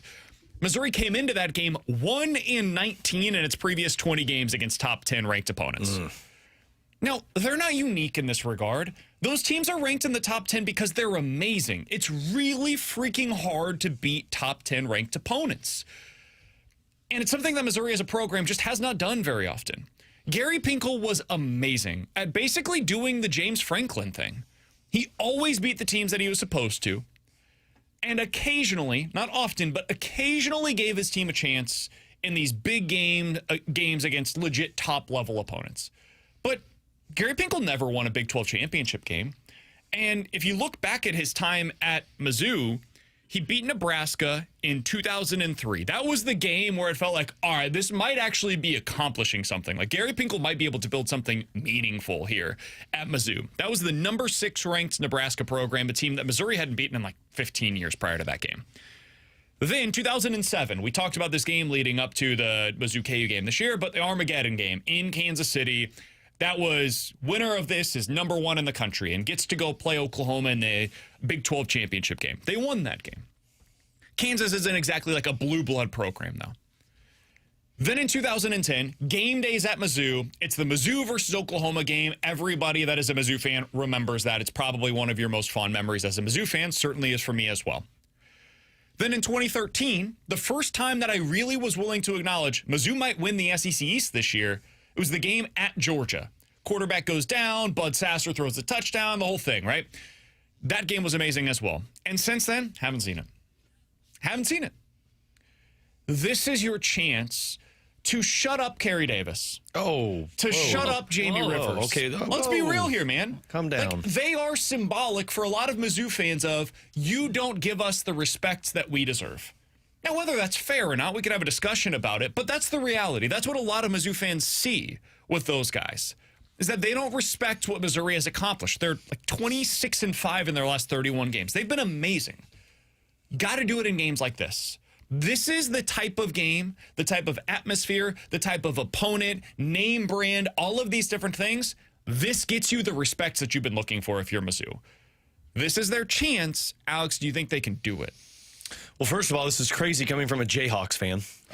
So the worst. Wild that you are. I just spoke for 3 minutes. Wild. And that's what you come up with. Well, I thought it was a great line right there. But yeah, I do think there's a realistic shot at this, and I like the way you posed it as a potential signature win for Eli Drinkwitz, because I think a lot of people see Eli Drinkwitz and they see the success, but it's still, but he hasn't gotten to the playoffs, or he hasn't done anything, because the signature wins that we're talking about, they're not Alabama's. And even if Alabama isn't the juggernaut that it once was, it's still name recognition, and it's still the fact that you just took down one of the top teams in the SEC. I do think they can do it, because going back through some of those dates, now you know these rosters better than I do, but like, it just doesn't feel like the rosters that you went through of those big wins ever had this type of core. And what I mean by that is, like, you've got Bo Prabula, who we've talked a lot about. At Mizzou? Yeah. Oh, no, they did. Yeah. No. Sorry, I phrased that incorrectly. From the 2013 Georgia game up until now. Oh, so you're talking about like over the last decade? Yeah, of like all of the losses that they've gone through in those big games, they haven't had the difference makers in multiple areas that I feel like they have in this game. I think that's probably fair. I mean, you're talking Prabula, and we've talked a lot about the quarterbacks. They've had good quarterbacks, but not to this level. Ahmad Hardy, who should be in the Heisman conversation. And on defense, you've got two different elite playmakers on the defensive line. I would say that 2023 team was maybe the closest thing. They had Theo Weiss, they had Mookie Cooper, they had Luther Burden, Mekhi Miller, Cody Schrader in the running game. Like that team was really good, and they ended up losing a game against Georgia that year, 30 to 21. They were leading that at halftime, weren't they? They were in that game. That was the one, if I remember correctly, where Brady Cook ends up fumbling it and they return it. But like they were in that game. They absolutely had a real shot, and like that could have been their signature victory. The other thing that was different, that was on the road. You have the advantage of being at home. It's an 11 a.m. kickoff. Like, there's no excuses this time around, man. You look across the way. Yes, Alabama will come into this as the more talented roster, but it's not the way that it has been in the past. Nick Saban's not on the other sideline, first of all. That's a huge factor in this. They don't have there's not the same fear of Alabama as there was 5 years ago or 3 years ago even. This Alabama team's really good, but is it all that different than going up against like Tennessee or going up against Texas or going up against Oklahoma? I just think it's another really good football program nowadays. I don't think that it has the same cachet, gravitas that it once did. This isn't even going up against Georgia. It's not going up against Ohio State. Like, Illinois this weekend, in my opinion, has a taller task than Missouri. I would agree with that. They are more like, you walk in and you're like, oh, boy. Yeah. I don't know how we get this done today, boys. Alabama has some flaws. They're not a perfect team. So, yeah, I do agree with your premise, Alex. This Missouri team is better than most of the others that have had these failures. And I would also add, Alabama is more flawed than many of the top 10 ranked opponents that Missouri has gone up against over the last decade. Like, listen to these losses, okay? Since 2014, Bama, Georgia, Bama, Georgia, Bama, Florida on the road, Georgia, Tennessee, Georgia. Basically, Missouri's been bad against Georgia and Bama for the last decade. When at the time, like, both of those are juggernauts, perennial teams in college football. Yeah, welcome to the club. Everybody else is also bad against those two programs. Sorry you're losing to Hall of Fame caliber teams right now. And the thing that I would add that makes it feel doable, I mean, you mentioned they're at home, and Alabama's kind of a flawed team. They're flawed in what leans into your strength. Like, you look at Alabama's rushing defense so far this year. They've given up 130-plus yards on the ground against three of their Power 4 conference opponents. So that plays into the strength of the Missouri Tigers. And they gave up 200 rushing yards in two of those games, to Florida State and to Georgia. And the rush is the biggest strength for the Missouri Tigers, right? Ahmad Hardy, this is the potential we talked about a little bit yesterday. If Ahmad Hardy, you believe, should be in the Heisman conversation, this is the breakout game, right? You go up against Alabama, this team that is viewed as a potential college football playoff contender, and you just run through them. And that's why it feels more doable to me, because it kind of lines up with what their weakness is your greatest strength. It's such an intriguing clash of styles.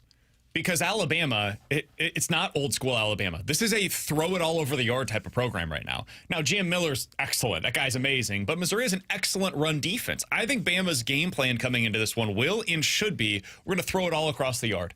Ty Simpson's been really good for them basically since that Florida State game. And they've got excellent, talented wide receivers lined up everywhere on their roster. And they've got a coach who comes from a system that we're going to throw it all over the place.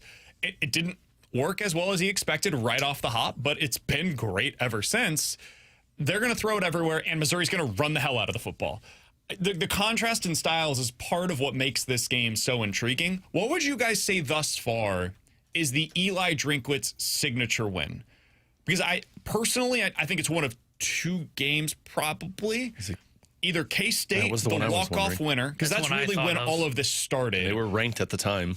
Or Tennessee at home when they ran all over them. And Cody Schrader had more than 200 yards on the ground that day. Tennessee came into that game ranked number 13 in the country, and Missouri made them look silly. Like, they made them look like a bad football team. I would say those are probably the two games to me that stand out most as like signature victories. Do you guys have one that comes to mind as more than one of those two? K-State was the one I was thinking of, and what's wild is I don't even really remember the Tennessee one as much as I remember K-State. I'm glad you said it because I don't either, and I couldn't know if that was just because I'm not a Mizzou fan. I don't remember that Tennessee game at all. I remember the K-State one because they won on a 60-yard field goal and to maybe win the it was football the theatrics of the K-State one, which is why we remember it. Because like you said, probably didn't watch the finish of the game because it was over basically at halftime. That's probably why I don't remember it as much. Yeah. But I mean, the K-State one felt like it was more of a signature win because I think a lot of people didn't expect Mizzou to win it. Missouri, Cody Schrader in that game had 205 yards on the ground and 115 yards through the air that day. Jeez. I mean, it was truly the Cody Schrader What game. did Tennessee finish that year? They were 7-3 after that day. They came into the game at 7-2.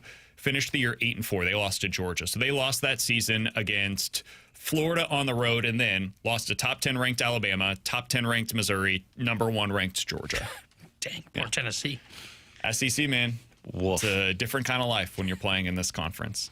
All right, coming up in about 15 minutes, we are going to get back into some baseball. The Cardinals need to find their version this offseason of a player that's starred for another playoff team right now. We'll get into that in 15 minutes, but coming up next, time for the Junk Drawer here on 101 ESPN.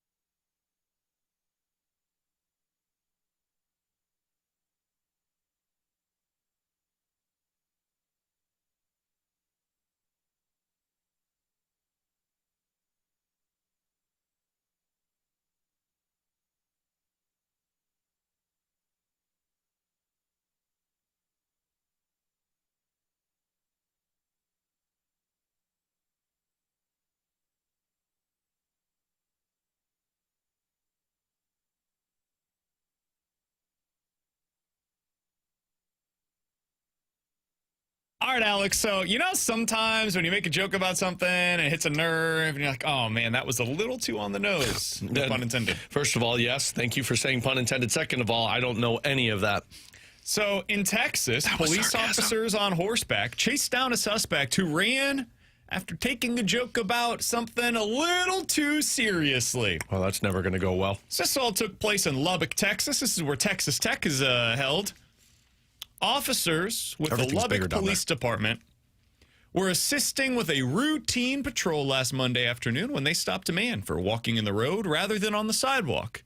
They were on horseback, these individual, the police officers, and they believed that the man was acting a little suspicious.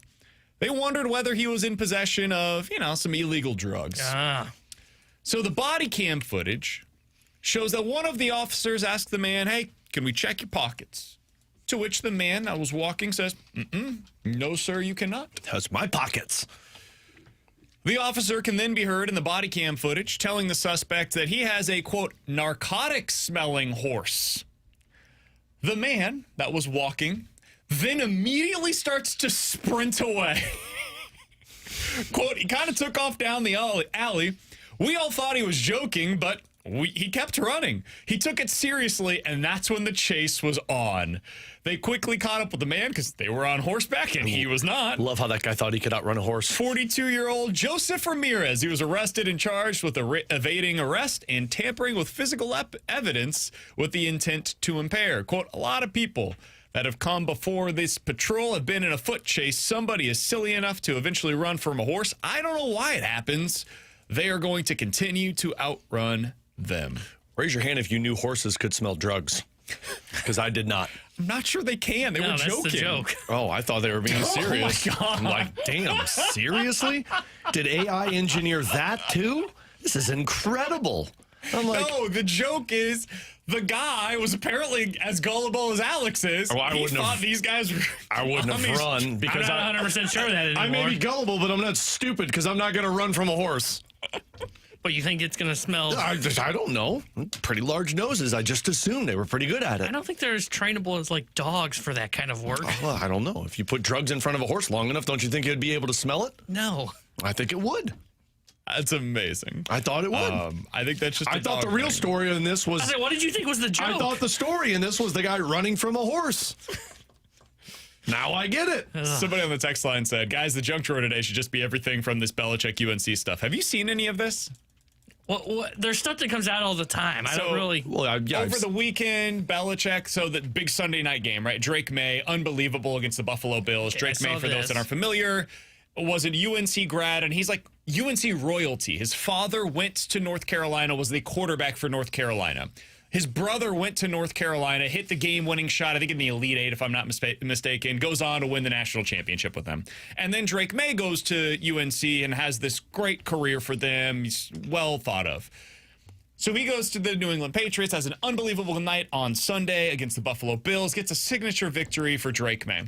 North Carolina tweeted about it exactly 0 times. Normally, you see these programs talking about, look, this is our guy in the NFL. Why? Because apparently Bill Belichick had some kind of an embargo. He said, do not tweet anything about the New England Patriots, no matter what. We do not talk about that team. They are not allowed here. He's holding this vendetta against the Patriots. So that was the first thing. Then today it came out. Remember that on again, off again Hulu documentary that was supposed to be taking place about Belichick in North Carolina? Well, it's off. Again? I thought it was back on. Well, give it a week. It'll be back on. Why? I think you could probably imagine why. They're not very good. And so I thought it was his girlfriend didn't want it to be out there anymore. Probably has something to do with that. She doesn't like this PR. It would have to be painted in a negative light because the team stinks. Yeah, not just stinks, it's awful. Yeah. Like, they're one of the worst teams in the Power 4. Yeah. Do you think Bill knows that horses can smell drugs? It's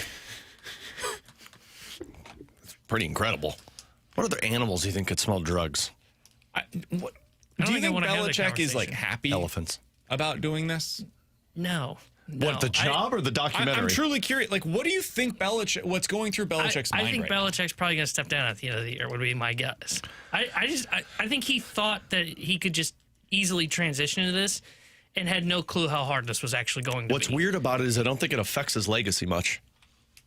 Like, to me, he's still viewed as an incredible coach. One of the greatest, if not the greatest, NFL coaches of all time. If I'm Bill Belichick, what am I thinking? Like, this sucks, but it doesn't do anything for me. I'm still a Hall of Famer. Like, it hasn't worked. Making a lot of money. I'm making money. I'm still working in football. It hasn't worked. My girlfriend's happy. She's getting the spotlight. Oh. For some reason, I thought that was like a personal priority one. No, I'm save serious. from BK. I think there's a lot to that. This guy, though, is an ultimate competitor, and he's getting his teeth kicked in every weekend. He has no chance in any of these games, man. His team is going to finish with like 3 or 4 wins this year, probably. But if you're him, aren't you thinking of it like the long game and you hopes that you can fix this through the portal? Can you think? It's like, I don't know. He's like 72, isn't he? Pete Carroll's still running pretty fine. I know, and he's probably a got to be little thinking, different, though, than Bill Belichick. Well, look at the two guys, and like you can see a pretty big difference. But the football mind is still working, and like you have to wonder if I'm Bill Belichick, yeah, this stinks right now, but how fast can I switch this in a portal in the world that we live in? Yeah, they thought that this offseason, too. Well, and, maybe it takes more than 1 year. I think what we're learning is I just don't think Belichick can be the guy that is identifying talent anymore. Because when did the Patriots really fall off? Patriots. Yeah, he was the GM of that team, and he was running the draft, right? Like, sure, they were going to have a drop-off when they lost, this guy named Tom Brady. But it should not have looked as ugly as it did. And as we saw, Mac Jones was able to work out when he was put around in a good system in San Francisco. Never had that with Bill Belichick. And Bill, I know he's not technically the GM of North Carolina, but he's definitely making a lot of the roster decisions. And once again, he's getting it wrong and getting it wrong significantly. His other problem is he employed all of his friends. Yeah. He's had the same group of coaches for 30 years that have worked alongside Bill Belichick. Even Michael Lombardi, who's the GM with the North Carolina Tar Heels football program, he's just Bill Belichick's friend. He's been with Bill for, 25 years now in some different capacity. So, yeah, I think this was always kind of doomed. I was curious about it to see, can it work? And then pretty quickly, we immediately saw, no, it cannot. This is an absolute disaster. All right, coming up in about 15 minutes, we'll get into some NFL quick hitters. But next, the Cardinals this offseason need to be looking for their version of a player right now, Alex, that's showing out for a current playoff team. I'll tell you who that is next year on 101 ESPN.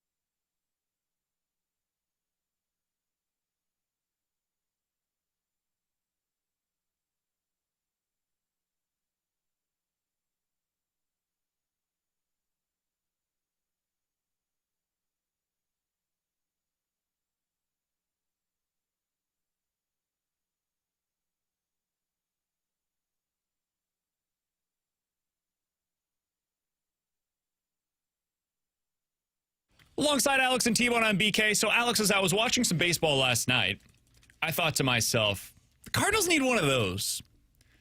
And what I mean when I say one of those is their version of Andrew Vaughn. Andrew Vaughn with the Chicago White Sox never had an OPS above 750. He had 5 seasons in Chicago. Never once did he have an OPS over 750. In 65 games for the Brewers this year, they fixed him. He now has an OPS of 870. He was good for them last night, including hitting a home run from Milwaukee. And he's kind of changed the power outlook for how you view this Milwaukee Brewers lineup. He brings the thump that they have severely been lacking. He's also a relatively young player, still a little bit of cost control there, and he's somebody that they added to their core group of players. I don't know what this means for 2026 or beyond for Andrew Vaughn. Maybe this was just the career 2-month stretch. He's never going to be able to reach these heights once again. That's possible. But, Alex, in my opinion, when you get into this offseason, you've mentioned this with the guy, Stowers, the guy from Miami, where he was just kind of overlooked in Baltimore and then goes and has his opportunity in Miami. That's another example of something like this. They need to find a player that is overlooked or failing in a different market that the Cardinals can bring here to St. Louis and they revive his career. Yeah.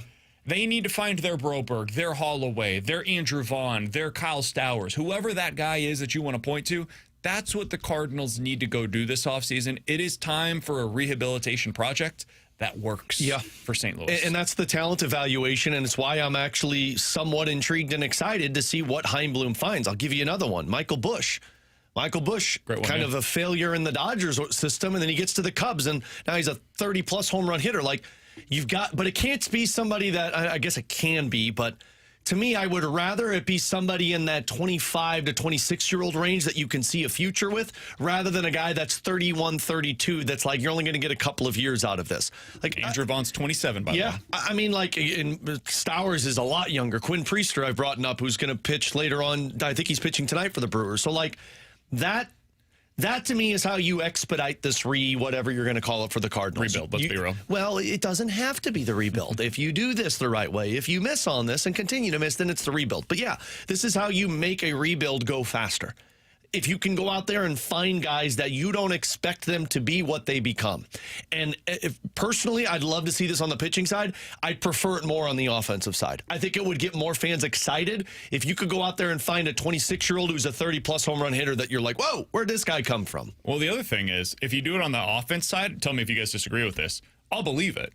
Because offense, like, sometimes there are late bloomers. Brent Rooker was this. He just became this for the Oakland / Don't Call Me Oakland. We're the Sacramento, the Athletics, but now we're putting Sacramento on the front of our jerseys. Would you get it right, please? I thought they were Vegas. And we're eventually going to Vegas. What's Athletics. going on here? We'll see if we're called the Athletics at that point, or maybe just the A's. Or the Dice. Oh, you can't do betting. Brent Rooker was that for them. It happens on the position player side of things. If it happens on a pitcher, my guess is they'll just trade him. They'll say, we're not believing this. We're going to go ahead and cash in on this asset, and we'll trade you at the deadline to go to somewhere where they're going to be able to cash in on you for the stretch run.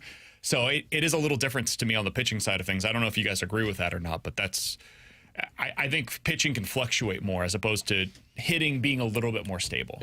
Yeah, I probably agree, because I think when you talk about pitching and kind of rehabilitation, especially the way they're looking at now, it's probably more of the one-year rental deals that you're doing, or one-year deals you're doing in free agency that you then trade at the deadline. Like, Dustin May's a perfect example. You brought up his name. He's a free agent at the end of the year. He makes a ton of sense for the Cardinals to bring in, see if they can fix him. I don't disagree that this is something that they have to be able to do as they move along through this rebuild. I just don't know if they want 2 of these projects at once, because I think the project that we're talking about is internal, and it's Jordan Walker. Because you look at what Jordan Walker is. I mean, you mentioned you want a guy that's going to have control. Jordan Walker's 22 years old. He was a former top 100 prospect, just like Andrew Vaughn was, who got all the way up to 21, failed in his original organization. And I brought this up on the Rebel Report when we talked about Jordan Walker. You don't move on from Jordan Walker because of the fear that somebody can untap what the Brewers have been able to do with Andrew Vaughn. So that's the only hesitation I have. Do you really want to try and take on 2 of these projects at once? I think they will look at it internally and say, let's do one more year of trying to work on Jordan Walker. Let's see if we can make him our version of Andrew Vaughn, except we didn't get rid of him like the White Sox did. and then we'll go out and we'll do some of these real rehabilitation projects. We'll take these projects on the pitching side and see if we can get some value for them once we get to the trade deadline. So one of the things they would have to do if they want to take on a project is eliminate some of their surplus, right? Like, you've got to trade some of these guys from within. Otherwise, you just don't have a spot for the player that we're talking about here. And I'm really curious what this offseason is going to hold for Willson Contreras. I would like him to be back next season. I think it's helpful sometimes to have a guy that just can produce. Like, he takes the load off of some of the other players' shoulders. Nobody else has to be the cleanup hitter. It's going to be Willson Contreras' role next year. You don't have to put that on you. He knows how to thrive in this role. He's been very good at it at times in his career. Don't worry about that. That's going to be on Willson, right? Like, he's good with those things. It's also possible, though, that they look at it and they say, we can get a real return here because there are multiple teams that are bidding for his services. Do you guys think Willson Contreras, for some of these other teams that are about to be eliminated, I'm talking about the Yankees, maybe the Red Sox, the Phillies could be put into this mix, maybe the Mets, whoever it may be, Padres could fit into this mix as well. Do you think there's a scenario where one of these teams actually looks at Willson Contreras and says, that's the thing we're lacking, and it's a hell of a lot cheaper than what we'd have to pay for that kind of production on the free agent market, and they start targeting Willson Contreras as a potential trade option this offseason? Yeah, I think so. I mean, mostly because now he's not viewed as a failed catcher. Now teams see it as, because the offense has always been there. That's why the Cardinals really signed him. They wanted that offense. But everybody else looked at it and said, well, he can't play behind the plate, so where are you going to play him? Now, I'm not saying he's Gold Glove caliber, but he is above average for you at first base.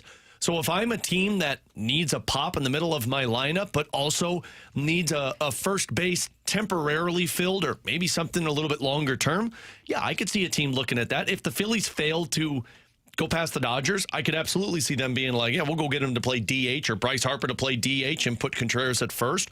Or the Red Sox. I know the Red Sox have had their whole like first base soap opera with Tristan Casas. So like I could see somebody looking at Contreras as an addition. The problem is I don't know if the Cardinals would move on from him, because I kind of wonder if Heim's looking at this as like, we need somebody like this around our team. I don't think Heim views that at all as a thing. I think he's willing to move Willson. It's more of, does Willson want to go? But the tough part is though I think he makes sense for some of these teams, like you mentioned the Red Sox, Yankees, you can upgrade from Paul Goldschmidt with Willson Contreras just because of the age and there's more term on that contract.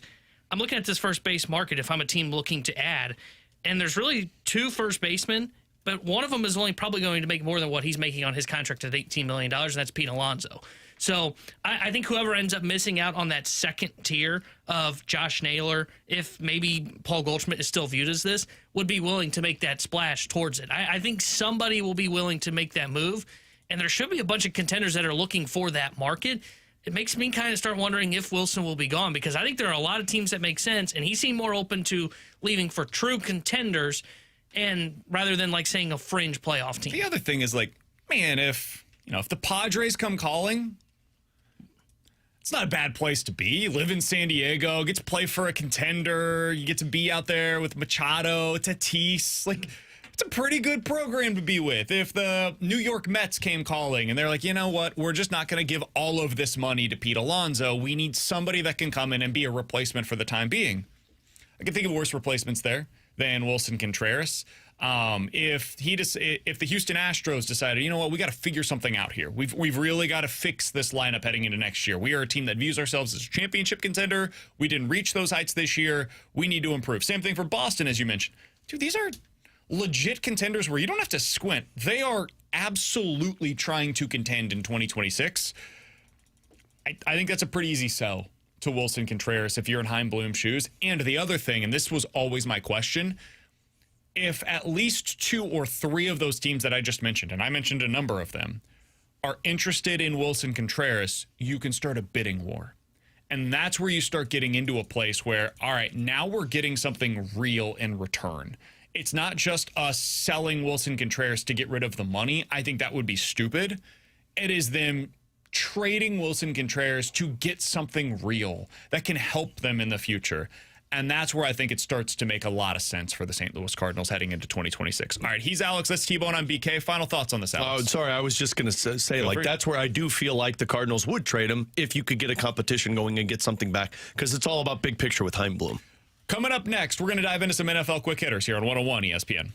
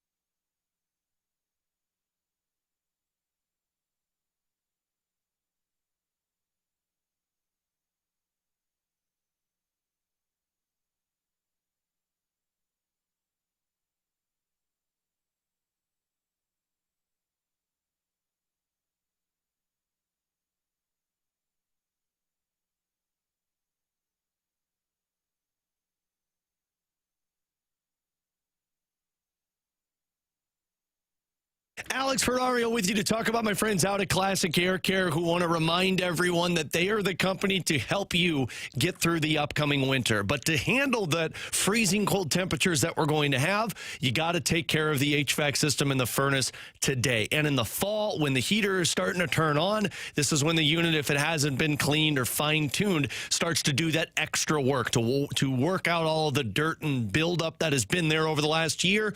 Call Classic Air Care. The maintenance program is something that I have used since 2016. My dad has been using this maintenance program with Classic Air Care since he purchased a home back in the early 90s. So with Classic Air Care, they've been making people comfortable since 1926. And in this maintenance program, twice a year, they come out, they clean the unit, fine-tune it, check it, make sure it's good to go for the upcoming year. But then if something pops up, if some type of issue happens, you get priority scheduling with Classic Air Care because you're a part of that maintenance agreement. And getting on the schedule is easy because Classic Air Care has 100 vans out on the road, which means they can get back to you within 24 hours, and they do electrical work. So they can take care of everything in your home. Call them today, schedule online, do me a favor and tell them Alex Ferrario sent you at classicaircare.com.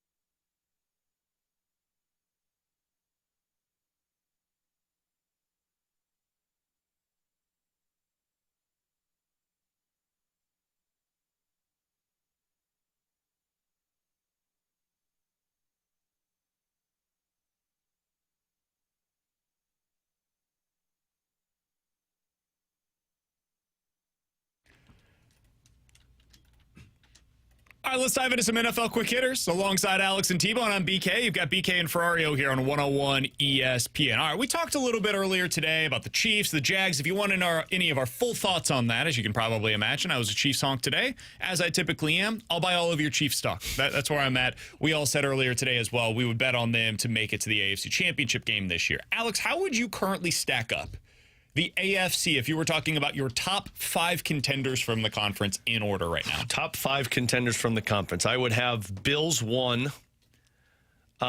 Even as it stands, I think I would still have... We're projecting toward the end of the season. And that's why I would say I would have the Chiefs at 2. And then I think from there I would have the Colts 3. Chargers 4, Jaguars 5. Okay. I don't think I would have the Jaguars above the Chargers, and I'm kind of out on the Chargers lately, but I go to the quarterback, and I heard T-Bone mention this when I was driving back from Centene. I still don't buy into Trevor Lawrence in a big game. Him falling and getting into the end zone last night was wild because I thought that was going to be the fall of the Jaguars in that game. The Chargers make me nervous. Now there's this Omarion Hampton thing. I was all in on him in fantasy football this year. He's out for at least the next month with some kind of an ankle injury. You did this to him? Seemingly came out of nowhere. Damn it. And now he's on IR. So they're without both of their tackles. They're without Omarion Hampton now. They're without Khalil Mack. I just think they might have too many injuries to be able to overcome. I agree with the Bills. I've got them at number 1 as the contender in the AFC. I would have the Chiefs 2. I think that's the tier. Like those 2 and then everybody else. But the Chiefs 2. I would also go Colts 3, Jags 4, and then Broncos 5 for me. The bucking Broncos. I would have the Broncos. I think I'd go 5. Steelers before I'd go Broncos. I trust the Broncos coaching. I think Sean Payton's a really good coach. They had a legit signature win this week against Philly. And even their losses have been really close. The next few weeks, I think we're going to see them start to rack up the wins. They've got both of the New York teams, Jets and Giants. They should win both of those games. Dallas should win that game. Houston should win that game. Vegas should win that game. That's 5 consecutive wins potentially. You're 8-2. We'll start looking at them a little differently. I don't trust both picks. So. That's fair. Yeah, I would have basically the same as Alex. The only thing for me is I would flip. You had Jags at 5. Yeah. I would flip Jags and Chargers. Yeah. I would have the Chargers at 5, Jags at 4. But I agree with what your top 3 was.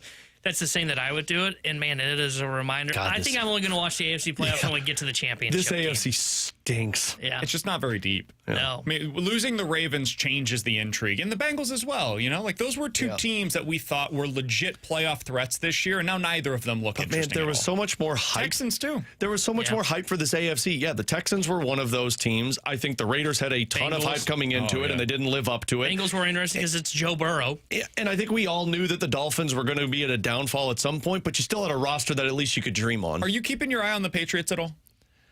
As a potential playoff team. Not a legit contender, but a potential playoff team this year. Yes, because I think when you're talking about that last team that gets in, I could see legitimately anybody taking that spot. Could we play a win-loss game real quick? With the Patriots? Yeah.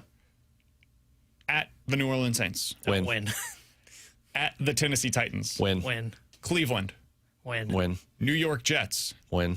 Yeah, win. At Cincy. Win. New York Giants. What is his schedule? Win. Wait.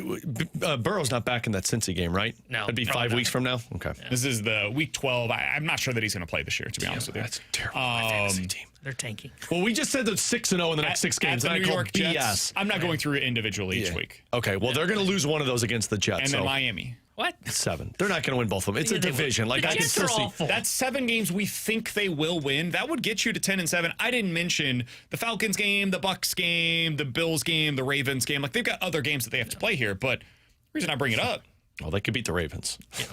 Yeah, that's week 16. Lamar should be back at that point in time. We'll see how healthy they are. It's just hard to project something like that. But, yeah, the Patriots, to me, are one of these teams. We should throw them in there with the Broncos and the Chargers and the Steelers, some of these other contenders. I don't think they're going to do anything legitimate, but could they be the 7th team in the AFC? Sure. I think there's 5 guarantees in the AFC in the playoffs, and then you're talking about a couple more spots. And that's where it's like, yeah, I can absolutely see the Patriots because the Patriots have a quarterback that I would put above the rest of the AFC teams. Who's your 5 guarantees in the playoffs for the AFC? Bills, Chargers, Broncos, Chiefs, Colts. Or I'm sorry, it was Bills, Chargers, Chiefs, Colts, Jaguars.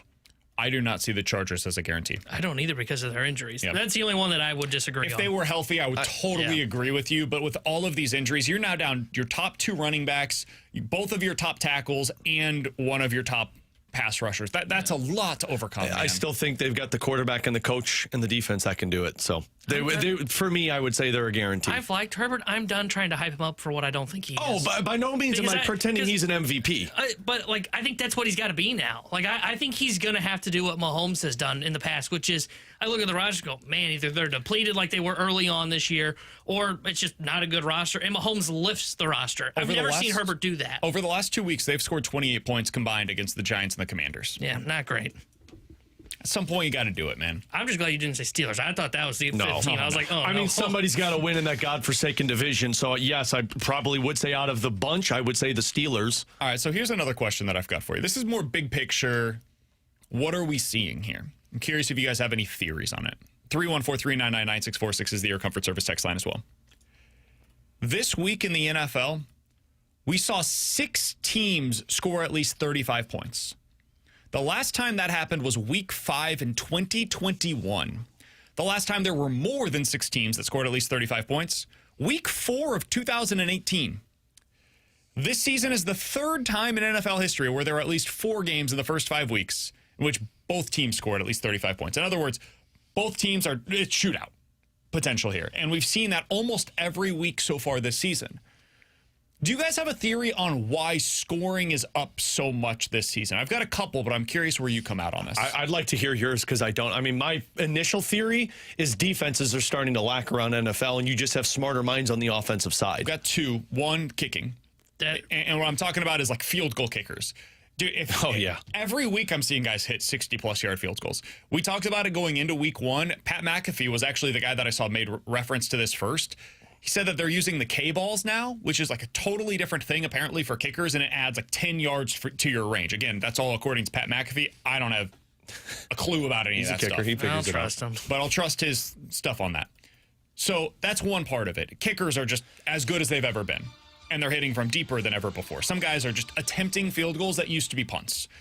2, I think the kick return thing is real. Field position has changed dramatically this season.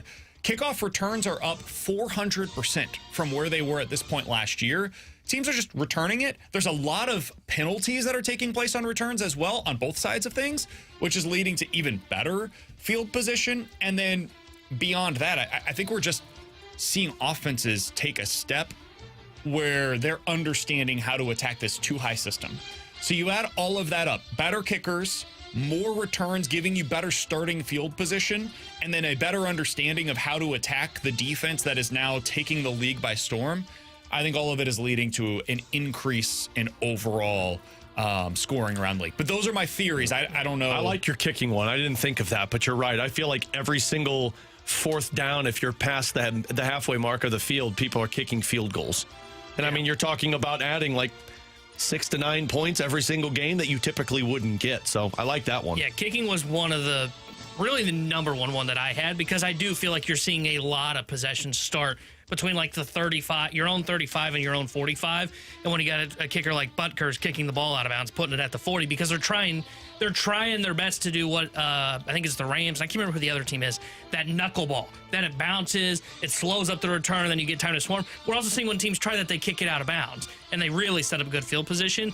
The other one for me, and I don't know how much of a theory it is, but it feels this way, and I don't know if it's, to me, it feels more on offense than it does defense, but I feel like there are a ton of injuries early on that are really depleting some of these defenses. Like Baltimore. We thought Baltimore would have an okay defense. I don't know that we thought they'd be great, but we thought they'd be good, and they're just wrecked with injuries. You brought up the Chargers. They're down a pass rusher. I feel like we're seeing a lot more injuries early on this season than normal. I don't have any numbers to back that up. That is more of a feel thing, but that is one thing that I've also thought about as well. It's a good point. I mean, these defenses are allowing 29 or more points per game so far this season. The Dolphins, terrible. The Bears, horrible. The Cowboys, shredded every week. The Bengals have no chance. The Jets, and then the Baltimore Ravens, who you mentioned. Jeez, the Ravens have given up 177 points already this season. They're giving up 35 points on average. On average per week so far this season. Remember when last year we acted like that was the best defense in the league? And it was. Good luck running the damn ball when you're giving up 35 a game. That's the thing, man. They're getting out of their game script, and then I think I'm going screwed. Rams for Survivor Pool. Somebody else mentioned a lot of teams are going for 4th down more often as well, so the drives continue. That could also be part of it. Thank you, Dan Campbell. Yeah. Could also be part of it. Somebody said scoring is up because Baltimore hasn't had a bye yet. Also true. They're raising the ceiling. They're raising the ceiling. All right, coming up in about 15 minutes, we're going to get into the BK and Ferrario Rewind. But next, the Sonny injury is going to open up an opportunity on the 3rd line. Is anybody going to take advantage of it, though? We'll talk about that with Alex next year on 101 ESPN.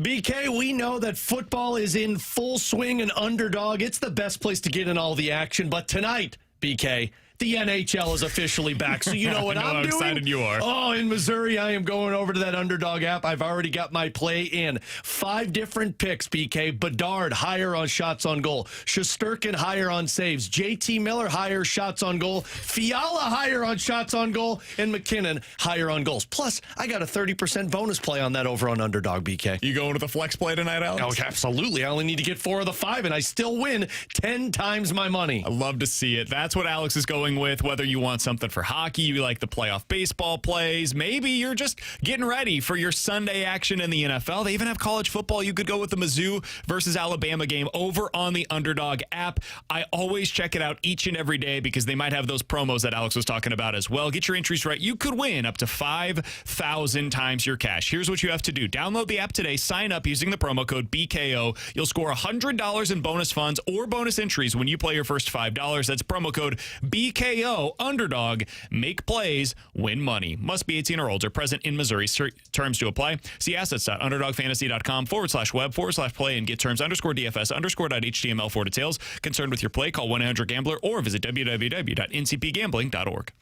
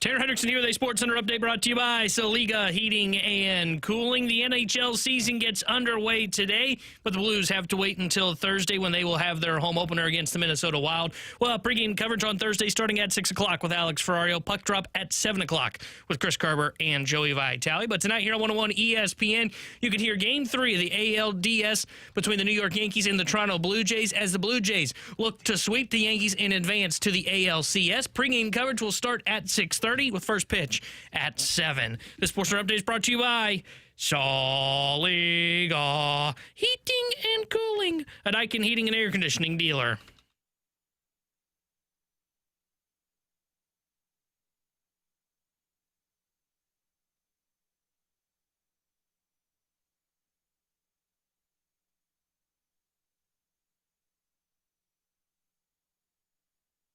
Oscar Sundqvist is listed as week to week by the St. Louis Blues. They're going to have to fill his spot in the lineup, and it sounds as though, Alex, Nick Bjugstad is likely to do so. Bjugstad was not on the ice today. He's dealing with some kind of an illness. They just didn't want him to be around the team. Quarantine him, stay away. Makes sense going into opening night, but the expectation, at least according to what we've kind of been thinking, Bjugstad will probably drop down to that fourth line. He'll center that line with Torpo and Walker. And that means there's an opening now on the third line right wing spot, which is what we've been highlighting all throughout camp. Nobody really took that thing and ran with it. You were hoping one of Joseph or Texier would, and then maybe one of the young guys does, and nobody ever did. What are you looking for there, Alex, in the opening night, but also the first couple of weeks of the season while Sonny's potentially out? I mean, consistency is the main thing I'm looking for. And the reason I think Bjugstad is going to be playing on that fourth line is Jim Montgomery made a comment of him last week when they originally shifted him over to the wing, and he said, as a coach, he's so good on both sides of the puck that I don't want to move away from him at center. But it felt like it was necessary because they didn't have anybody to take that right wing spot. My gut tells me Joseph will have the upper hand in terms of on Thursday night against Minnesota. He's fast, he's responsible on the defensive side, he's a penalty killer, but either it's Joseph or Texier, both suffer from inconsistencies. Like, to play on that third line, you're not expected to go out there and do the exact same that Snuggerud and Buchnevich does, but you are expected to be competent in the offensive zone, keep plays alive, and effectively generate some offensive opportunities. And I just don't believe either of them really did that in the preseason. Now, Doug Armstrong talked about it today to where it was like, look, like, some of this isn't fair to the players because we didn't put the proper roster out there for them to perform. I also thought it was interesting. He didn't just talk about the lineup that the Blues played, but also the lineup that the other teams were playing. Because even when the Blues did have their guys out there that they wanted to see, they weren't going up against a legit NHL roster as well. The preseason stinks. Yeah, it does. And I mean, look, you're going to go to 4 games, and so hopefully more teams will look at these 4 games next year and say, like, look, 2 of these 4, let's put NHL caliber rosters, like opening night rosters out there, and then the rest we can go through. But, you know, what he described was, in fairness to those players, we put them as a top line when in all reality they're third line players. In one of the preseason games, Joseph played center and Texier was center and Joseph was on the wing. So I think both can thrive in this third line role, but the main thing I care about is consistency. Are you the same player every time you jump over the boards? Because last year, those guys suffered from one shift they would look great, and then the rest they would be non-existent. And I do think there's something to them switching the Schenn and Suter pairing. I believe they look at this as, if we had Bjugstad on that third line, we don't need Schenn to raise the level of the other guys. They're 3 of the similar players that play one style. I think with Schenn and Joseph, it's way too similar of a line that doesn't do what they should be doing to their identity. So the hope is Suter can raise the ceiling for that line and generate a little bit more offense for a Joseph and Neighbors. What do you make of the second line? Today, Booch, Thomas, Snuggie, that's as expected. The defensive pairings were as you'd expect. Goalie, all of that. It all looked as you would anticipate. All preseason, we saw Holloway, Suter, Kyrou. That was the second line that they went with basically every day at camp. And since they put these lines together, that was it. That was the combination. Now we're 2 days away from the start of the NHL's regular season, and suddenly it's Booch, Thomas, Snuggie, and then Holloway with Schenn and Kyrou, just as we saw a year ago. And the Neighbors, Suter, and Joseph was your third line today at skate. What do you make of that change, that flip in the middle six? I make of that they know that Suter's good there, but they don't need him to play there right now. They're going to go back with what worked last year. Like Jim Montgomery said this from day one of training camp. He's like, I don't know who's going to play there. We want to see what Suter looks like, but we know what Schenn looks like from last year with the experience. I think if Sundqvist wasn't injured, I think Sundqvist would be your fourth line center. Bjugstad would be playing your third line. And I think you'd probably see Suter up there with Kyrou and Holloway. But because of that Sundqvist injury and the necessity to move Bjugstad down, as a team, you need depth. You need your third line to be able to generate offense, too. You need them to sustain offensive zone time. And I believe they look at this as, well, Pius Suter raises the ceiling of Matthew Joseph's game. Like, the guys that drive that second line isn't the center. It's Kyrou and Holloway. Those guys that play the center position, you're just looking for somebody to be that third wheel for it. But you know that Schenn can play that role. You're hoping that maybe there's a little bit of a ceiling raiser for a Neighbors and Joseph or Neighbors and Texier, despite who they decide to go with. That's the way that I looked at it. I could be completely wrong here, But again, they love Braden Shen. They think Braden Shen was awesome last year in that second line in the second half. So why go away from something that you know works? Yeah, because they didn't do it all. If they wanted this to be the plan, then it would have been the plan in preseason. Yeah. You know, like if this was always the stated goal, it's what concerned me honestly about Mizzou and their left tackle situation. Kind of similar here. Mizzou, the week before the start of football, was like, hey, our left tackle situation isn't good enough. We need to move Caden Green out there to left tackle. Like, wait, what? Yeah. What are you talking about? You've had the entire summer, all of fall camp to figure out what you want to do here, and now the week before the game, you're making this massive change. Now, it's a bigger deal in football than it is in the NHL. They'll switch these things up mid-game, much less, what I'm talking about here, which is the week before the start of games. But I do think if this was the plan, they would have had it already there. I wonder if maybe the Sonny stuff and Nick Bukestad dropping down, that's really what spurred them on to do this. I think it's part of it, but I also, remember how Jim Montgomery used to run it last year, right? Like, no line was safe. They would move guys in and out. Like, they got to the point where Shen, Holloway, and Kyrou were working, but I think they wanted to see what this looks like, because if offense goes dry at some point in a game, you could go to Pius Suter playing with Braden Shen. It would not surprise me in the second period on Thursday if Suter takes a couple of shifts with Kyrou and Holloway.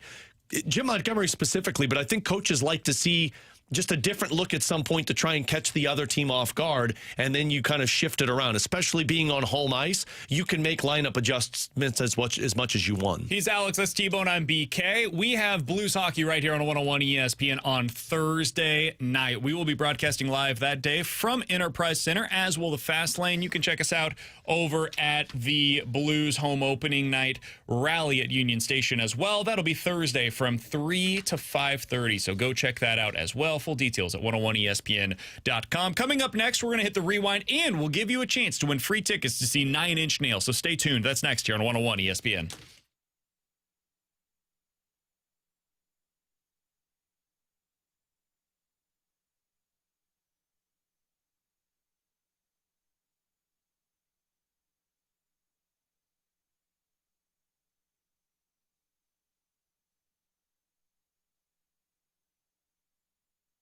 Tanner Hendrickson here to tell you about my friends at DraftKings Sportsbook, America's top-rated sportsbook app, which is coming soon to the Show Me State. As new Missouri customers can download the DraftKings Sportsbook app today, and when we go live, place just a $5 bet to unlock $300 in bonus bets. And starting November 17th, you can create your DraftKings Sportsbook account here in Missouri and get ready for launch day on December 1st. DraftKings Sportsbook brings everything you need to elevate your game day, including live in-game betting, lightning-fast payouts, and endless ways to get in on the action, all right from your phone. And when DraftKings Sportsbook goes live in Missouri, you'll be betting with the Sportsbook app trusted by millions. Safe, secure, and has fast money withdrawals. So download the DraftKings Sportsbook app now and grab $300 in bonus bets with just a $5 bet when we go live December 1st. In partnership with DraftKings Sportsbook. Gambling problem? Call 1-800-GAMBLER. 21 plus. Physically present in Missouri. Eligibility restrictions apply. Bonus bets expire 7 days after issuance. Excludes customers who redeem pre-launch sign-up offer.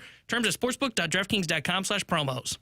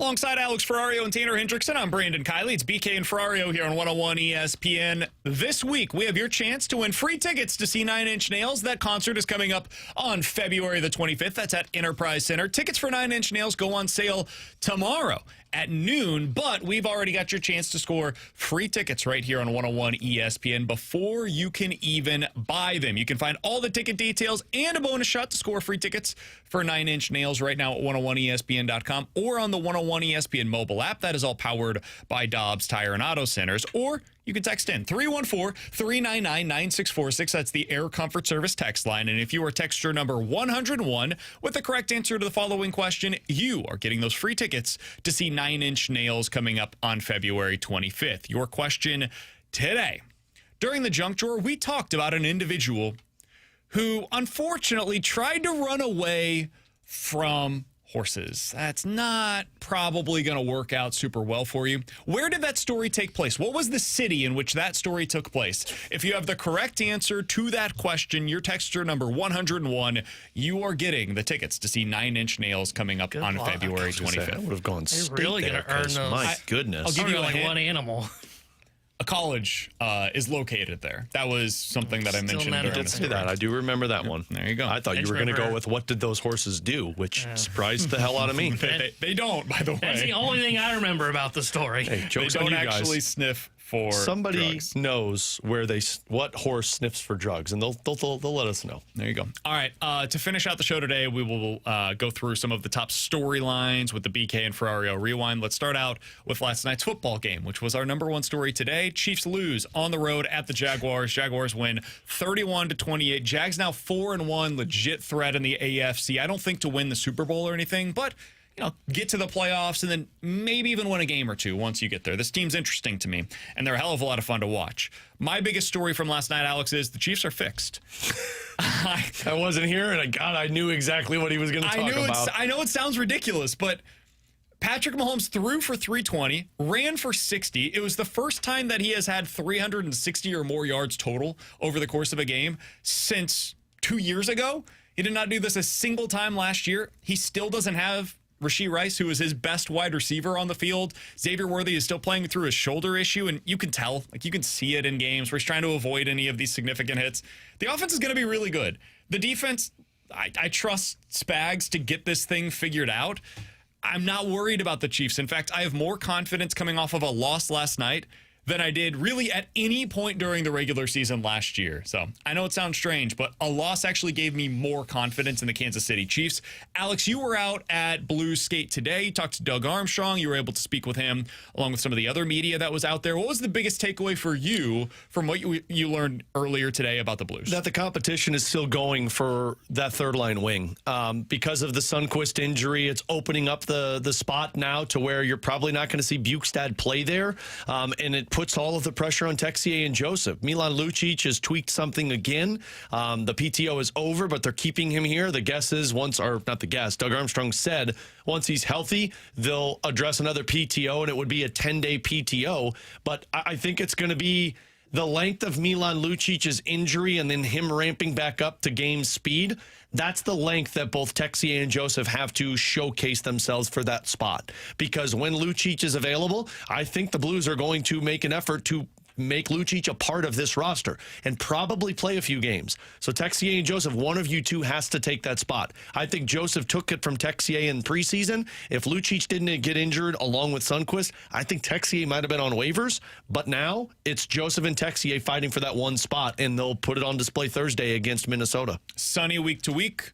Lucic is not on a PTO right now, but he is rehabbing with the team. We'll see what his status is as he continues to get healthy. It sounds like Joseph is going to get that top opportunity for the third line. Bukestad probably on the fourth line. Did not skate today. The update, though, there, he was sick. It sounds like he should be good to go. And real quick on the Sundqvist thing, I know week to week sounds scarier than what it is. Doug Armstrong downplayed it, said, this isn't anything we're worried about. He's just not going on this 2-game road trip that they go on and playing in the home opener. I think it's to avoid Calgary. That sounds like a win. Calgary, and I think it's Vancouver. On the baseball side of things, you were right. Dodgers win last night on the road at the Phillies. Phillies fans freaked out. If you missed our clips that we played earlier today from Philadelphia Sports Radio, I really genuinely believe that it was worth your time. Here's a sample. That's all I needed to hear. A lot more of that. Bomb! Dodgers win at Philly, and then the Brewers win at home against the Cubs. What was your biggest takeaway from last night's playoff baseball? Mine is twofold. The Dodgers are clicking into place at the right time. Their rotation looks unhittable. Their offense looks awesome. Their bullpen is still a legitimate concern because they tried their best to blow that game last night to the Phillies. And then to me, the Brewers are real. I don't think the Brewers are going. I don't think this is a case of they're just playing the Cubs. The Cubs weren't that good, and the reason the Cubs advanced because the Padres weren't very good.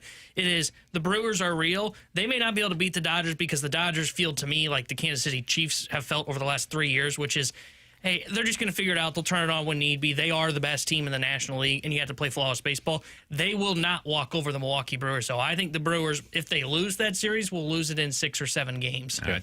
I view the Brewers as frauds, but I have always viewed them that way, and I consistently. He tried to say today, well, if they win the next game, it'll be their 100th win of the season. He tried to sell like, oh, that's when I'll buy in. I don't buy that. No. That's just when I should be buying in. But for me, I'm too stubborn. Yeah, I'm too stubborn to actually believe in it. Tonight you have the Mariners versus the Tigers. It's Gilbert versus Flaherty. That's a really fun matchup. Do you guys have a lean on one side or the other in that one? I think Detroit's going to take a 2-1 lead. Wow. I'm going with my boy Logan Gilbert. I'm going with the Mariners in that one as well. Blue Jays trying to end this series. See you, Yankees. In New York, Rodon versus your boy Alex, Shane Bieber in this one. Do you think that the Blue Jays get it done? They're a pretty significant underdog tonight in Vegas. It's hard to see the Yankees getting swept, but I think Toronto's the better team. The Yankees they've had really good pitching performances, although Max Fried got lit up in his first appearance, but Toronto just looks like a team that's a lot more to handle than we expected. I'm predicting now we'll be listening to some Yankees fans' frustrations tomorrow because they get swept. I'm looking forward to that if possible. I'm going to take the Yankees, though, in this one. So I'm going to take the Mariners and the Yankees to win. We've all got slightly different picks going into tonight. Should be a lot of fun to break down tomorrow. We will also have some NHL hockey to break down. Alex, you excited for the slate? Great one, huh? Excited. Well, not the first one. Blackhawks versus the Panthers. Everybody's looking forward to that. That one, I don't know what the NHL was. The Kings versus the Rangers. That one is at least a little intriguing. And then you got a late night one with the Avalanche versus the Kings. I just want to see the Avalanche lose. I just want to see them lose anytime possible. Are you really going to be up that late? Oh, no yeah. chance. Oh, yeah. He'll watch the start. He'll watch puck drop, and that'll be it. Yeah, I'm not getting to the third period, but I'll get to the start of the second. Okay. For Alex Ferrario and Tanner Hendrickson, I'm Brandon Kiley. We will talk to you guys tomorrow on BK and Ferrario. The Fast Line's coming up next here on 101 ESPN.